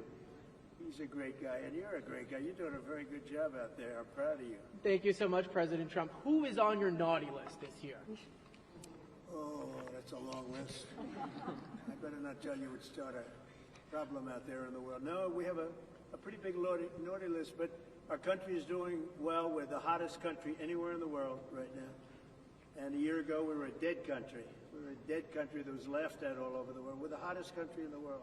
What would be the implications? Jesse Waters is terrific. What would be the implications, Mr. President, of the Supreme Court overturning your authority on the tariffs, the emergency authority? What would be the implications for the economy and for the country? Well, we have a right to go a different form of tariffs. We have a right to go licensing. We have a right to go other ways. But the form of tariffing, as we call it, the current form of tariffing that's before the court, gives us great national security, more than anything else, because it allows the president to act quickly and effectively, swiftly, and make a decision. And as you know, I ended 8 wars. We're trying to end a 9th, and we thought this would be maybe one of the easier ones. We just did Rwanda and Congo, and that was going on for 30 years. The Russia-Ukraine, I thought was going to be a little bit easier, but it's not being made easy. It's a very tough war, very nasty. 27,000 people died last month, mostly soldiers. I will say that I really think this is really a night of joy tonight because of what's happening with this building. It's going to be fantastic when you see the end product. It's going to be better than it was new, and I think we'll celebrate that. But I will say that our country is doing really well. Some Republicans have expressed concern about using the tariffs, the revenue for a dividend, saying we should be paying down the national debt. Well, we will. What's your thought on on that? But I also think that, we're making so much money with tariffs that we'll also be able to make a nice dividend to middle-income people. We're talking about middle-income and lower-income people. We're not talking about dividends to rich people. But there's so much money being made from the tariffs, and countries that were taking advantage of us for many, many years are not taking advantage of us anymore. We're taking in tremendous amounts of money from countries that we were losing lots of money to. And you know what? They're okay with it. They're not complaining. They're not complaining about the tariffs. I'd rather not have them, but they're not saying there's anything wrong. And the big thing is, in the court, we have tremendous flexibility with the current system. It's unbelievable for national security. I've ended 8 wars, largely because of trade and because of tariffs. If we go the other tariff route, and there are other routes we can go, but it won't give you the same pure national security as this one. This one is swift and very powerful. Mr. President, what's the next step in Russia-Ukraine talks? What's your next step in Russia-Ukraine talks after last week's negotiations? So we've been speaking to President Putin, and we've been speaking to Ukrainian leaders, including Zelensky, President Zelensky. And I have to say that I'm a little bit disappointed that President Zelensky hasn't yet read the proposal. That was as of a few hours ago. His people love it, but he hasn't. Russia's fine with it. Russia's, Russia, I guess, would rather have the whole country when you think of it.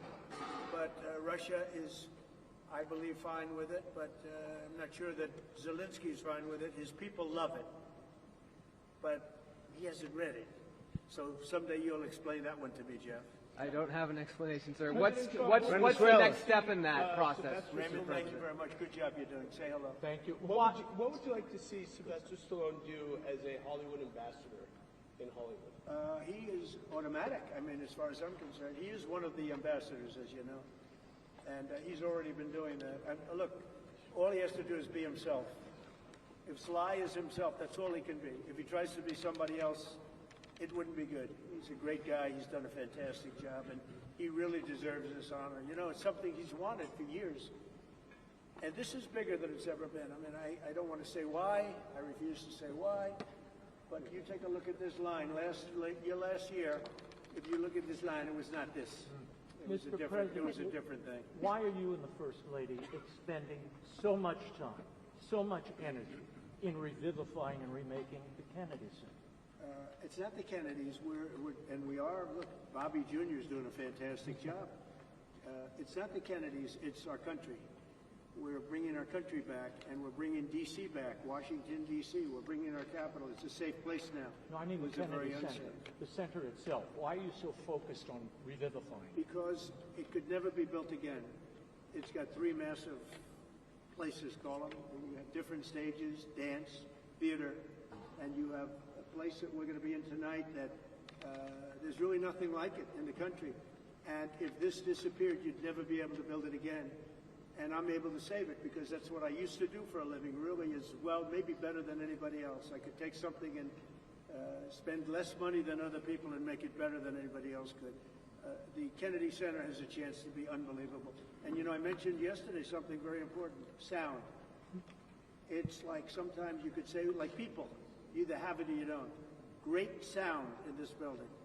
A lot of times, and the Lincoln Center saga, they've rebuilt one building, most important building, they rebuilt it 4 times, and they've never been able to produce really great sound. The sound in the Kennedy Center has been incredible from day one. Call it luck or talent. Probably luck. There's a lot of luck involved. The great sound buildings, the greatest in the world, are the old opera houses built in the 17 and 1800s in Europe. And they had one thing that was in common, lots of marble. And they didn't have sound engineers. They had lots of marble. And this has got great sound, even right here in the hallway. The sound is fantastic. Thank you very much, Raymond. Madam First Lady, what do you want for Christmas this year? I'm just curious to know how they have impacted your own personal enjoyment. Well, are you talking about the 5 honorees? Mr. President, now we know that you hosted before, The Apprentice, for many years. Could you imagine next year maybe you not hosting, but maybe you receiving the Kennedy Center honor? That's an interesting one. I haven't thought of that. Yeah, I think I'm going to nominate myself for next year. Mr. President, every day you have such a big job being the president. Why was it important for you to actually host the show tonight, and how much time did you spend getting ready for it? Well, it wasn't important for me other than if I get much higher ratings, if it's a more successful show, then I'm contributing. I get nothing. I don't make money with it. I don't do anything. It's a little bit of work, not a lot of work. I look forward to doing it, but the network said, would it be possible to get the president to host? And I love the concept of no president has ever hosted the Kennedy Center honorees. And it's very important that this building be great and that this building remain really, I saved the building. We raised a lot of money tonight, tremendous record numbers of dollars, a lot of money. And we've raised over $100 million over the last very short period of time. That's a lot of money. And that money goes into the rejuvenation and the rebuilding of the building, and a lot of it's already taken place. A lot of the things that you don't see have already taken place. Mr. President, and you recognize you're saving the building. When will locals who come to the Kennedy Center, who live here, when will we start to see all of the changes? And do you have a timeline for when this will all be wrapped up? Over the next 4 or 5 months, we're going to have it very well set. You see the outside, the columns, they're beautiful. they had a fake gold color, and now they're beautiful, gleaming white. And everyone's talking about that. It sounds like not much of a change. It's a massive change. The white against the white marble. The marble is being rejuvenated. They're great pieces of marble, but they've been let go and they've been tired. And I always say you can take a hundredth of an inch off of a piece of marble and you have a brand new piece of marble, but nobody does that. It's not an easy process. But if you look on the outside of the building, people see already a very big difference. Is the First Lady involved in the style of the change that's happening here? Yeah, she's got great taste. I'll ask her her opinion. She liked the white as opposed to the fake gold. But they had the fake gold. The one thing about gold, you can never imitate real gold. They've tried to do it for years. Paint, gold paint. Gold paint never works. You got to go for the real 24-karat gold. Yes. Yes, sir. Is there another president other than yourself who you think would have done a good job hosting the Kennedy Center Honors? Hosting, yes. Building, no. Mr. You have a couple of the politicians. They're very good on their feet, most of them. Could you name one? I would say the last one wouldn't have done too well hosting. But we've had some great politicians. Excuse me, John F. Kennedy would have done a very good job hosting. But building, no. I will build better than anybody. I build better than anybody. Thank you. Mr. President, a record-breaking $23 million was made tonight, nearly doubling. $23 million was made tonight, nearly doubling last year. Why do you think that is? Maybe we had something to do with it. I don't know. We doubled up last year. It's really much more than that because we've done over 100, not including tonight. We've done over $100 million already. And those are numbers that the Kennedy Center has never seen before. It's doing really well. Thank you for that question. How is this renovation and the big, beautiful ballroom for the White House, how is this tied into... Thank you so much for American greatness. Talk to the next generation about how important the values are that you're celebrating tonight are to American greatness. Things like self-discipline, creativity, talent, those things. Well, the young generation, I think, is going to grow up strong. We have a very different country than we had a year ago. A year ago, we had a country that was in big trouble. Now we have a country that's the talk of the world, and everybody's respecting us again, and young people are respecting us again, too. I won the young vote. The Republicans never win the young vote. I won it easily. And I want to thank Charlie, and I want to thank TikTok, and there are a lot of reasons for it. But there's never been a Republican who won the young vote, and I won the very young vote. So that's a good sign. Thank you. Mr. President, what's your message? Mr. President, why did you select KISS to be honored this evening? Do you have a favorite KISS song? Well, I like them as people. I've listened to their music over the years. They are characters, too. They really are. I don't know if you saw last night the speeches. They were great. They really made some great speeches last night. And they're very popular. A lot of people write in and ask us to select. So, think of it. Sylvester Stallone was not hit for any of this stuff. He's one of the greatest movie stars of all time, based on revenue, based on, Rocky and Rambo and the numbers. No, I doubt. Maybe there's a couple of stars that have done something equal, but really there's nothing like it. So we're going to have a very exciting night. But KISS is terrific. Mr. President, what are you, two questions. What are you looking forward to most about hosting tonight? And number two, Secretary Duffy says you are the master of the playlist out on the Rose Garden Club. What's your favorite song to listen to on the Rose Garden? Well, I have so many different songs. And, look, Lee Greenwood really hit big with that. It was from day one. We put it on the first rally, and we never took it off, and he's great. But I have a lot of favorites, and I can tell you that we both love Elton John, special man, special guy, and he's really talent. We like a lot of different. I like a lot of different songs, a lot of different types of music. I have a good playlist. Thank you. Mr. President, what would you like to see for America 250 here at the Kennedy Center? Well, we're going to have a lot of events. One of the things you're going to have here is some of the UFC press. We're going to have the fighters coming over talking about the fights. It's a big deal. The UFC on June 14th. It's going to be June 14th next year. And they're building an arena. The great Dana White's building an arena. And they're going to have 8 or 9 championship fights, the biggest fights they've ever had. Everyone's a championship fight. And everyone's a legendary type of fight. He's actually holding back fights right now for 6 months so he can do it for the 250. I think 250 is going to be amazing. I think the arena is going to be 5,000 or 6,000 seats right in front of the front door of the White House, and 100,000 people in the back where they're putting up 8 or 10 very big screens. That's going to be an exciting So many people are asking for tickets to UFC. Thank you. Mr. President, I'm not here. I did. I met with Ted. I think he's fantastic. I think he's, in the history of Hollywood, has really been almost, you could say, nothing like what he's done. You go back to Louis B. Mayer, maybe, Metro Goldwyn Mayer, MGM. Ted has done an incredible job. I mean, he had a company that was very troubled 7 or 8 years ago, and he took it over, and he's really done a legendary job. Should they be allowed to buy Warner Brothers?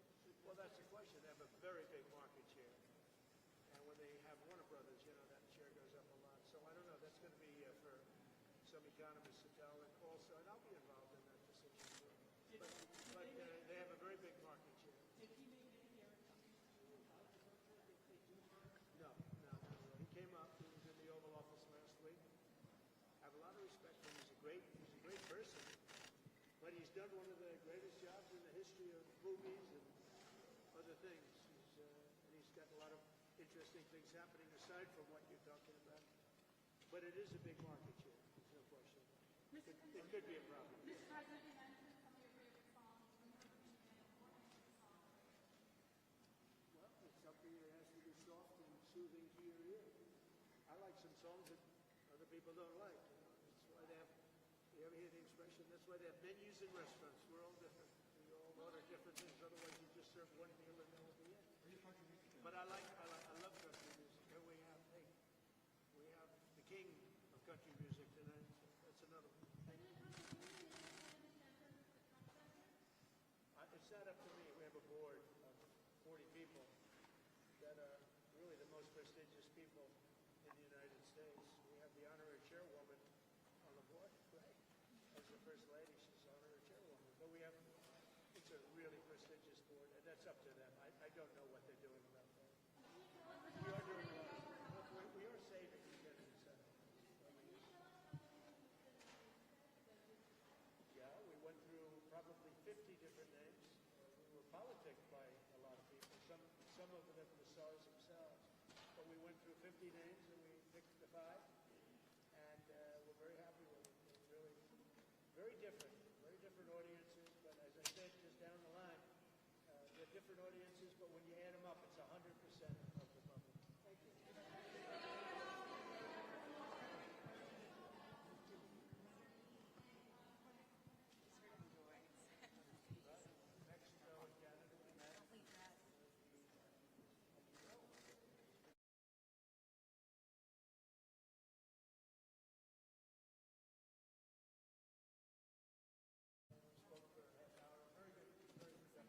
Percent of the public. Thank you. Mr. President, could the Opera House be renamed after Melania?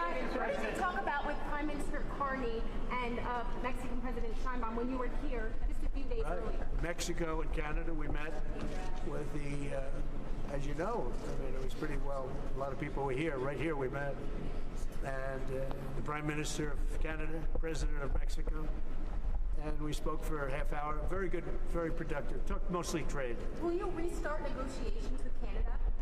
Oh, look, I have a great relationship with Canada. They're very tough traders, but I have a very good relationship with the Prime Minister and with Canada. And you had said you would halt those negotiations earlier after the tariff. Well, I have halted them. And so actually. will you restart them? Yeah, we'll see. I mean, you know, the problem is Canada makes a lot of things that we don't need because we make them also. But we'll work it out. Look, Canada's a special place, and they really are good at ice hockey, aren't they? Mr. President, what is more difficult, Mr. President, hosting the Kennedy Center honors or preparing for the State of the Union? Well, could I answer that question after the show's over? If you give it to me, absolutely. I'll give it to you after the show's over. I mean, what's more difficult? This is a little bit different. Yeah. But you know, I hosted The Apprentice when it was the #1 show on television. We did 42.5 million people that night. It was a little different television than it is now. You had more people watching in those days. What are you expecting, Mr. President, in terms of ratings for this year's Kennedy Center? I think it'll do great. I think it's going to do great. Ratings are complicated now because you have streaming added on and everything else, but I think it'll do very big. I mean, just look. I mean, just based on what you see right here. If you came here last year, you saw a line that was about 1/10 this size. You weren't even here last year, right? Are you sorry not hosting your first How do you prepare for hosting this year's Kennedy Center? You have so much on your plate. Where do you make the I have time? a lot on my plate, and I didn't really prepare very much. I read a little bit. I have a good memory, so I can remember things, which is very fortunate. But I want to just be myself, and so you have to be yourself. Johnny Carson, he was himself. Thank you, everybody. During the Carson, I'm going to stay away. From politicization, do you think the Kennedy Center is now better serving all Americans? I think it is. I think it's been really enhanced very greatly over the last 10 months, meaning since we've been here. And we're making it great. We're going to make it physically great as a building. So you won't even believe how beautiful it'll be. And we saved the Kennedy Center. That's a big thing. Thank you. So during your first time, you stayed away from the awards.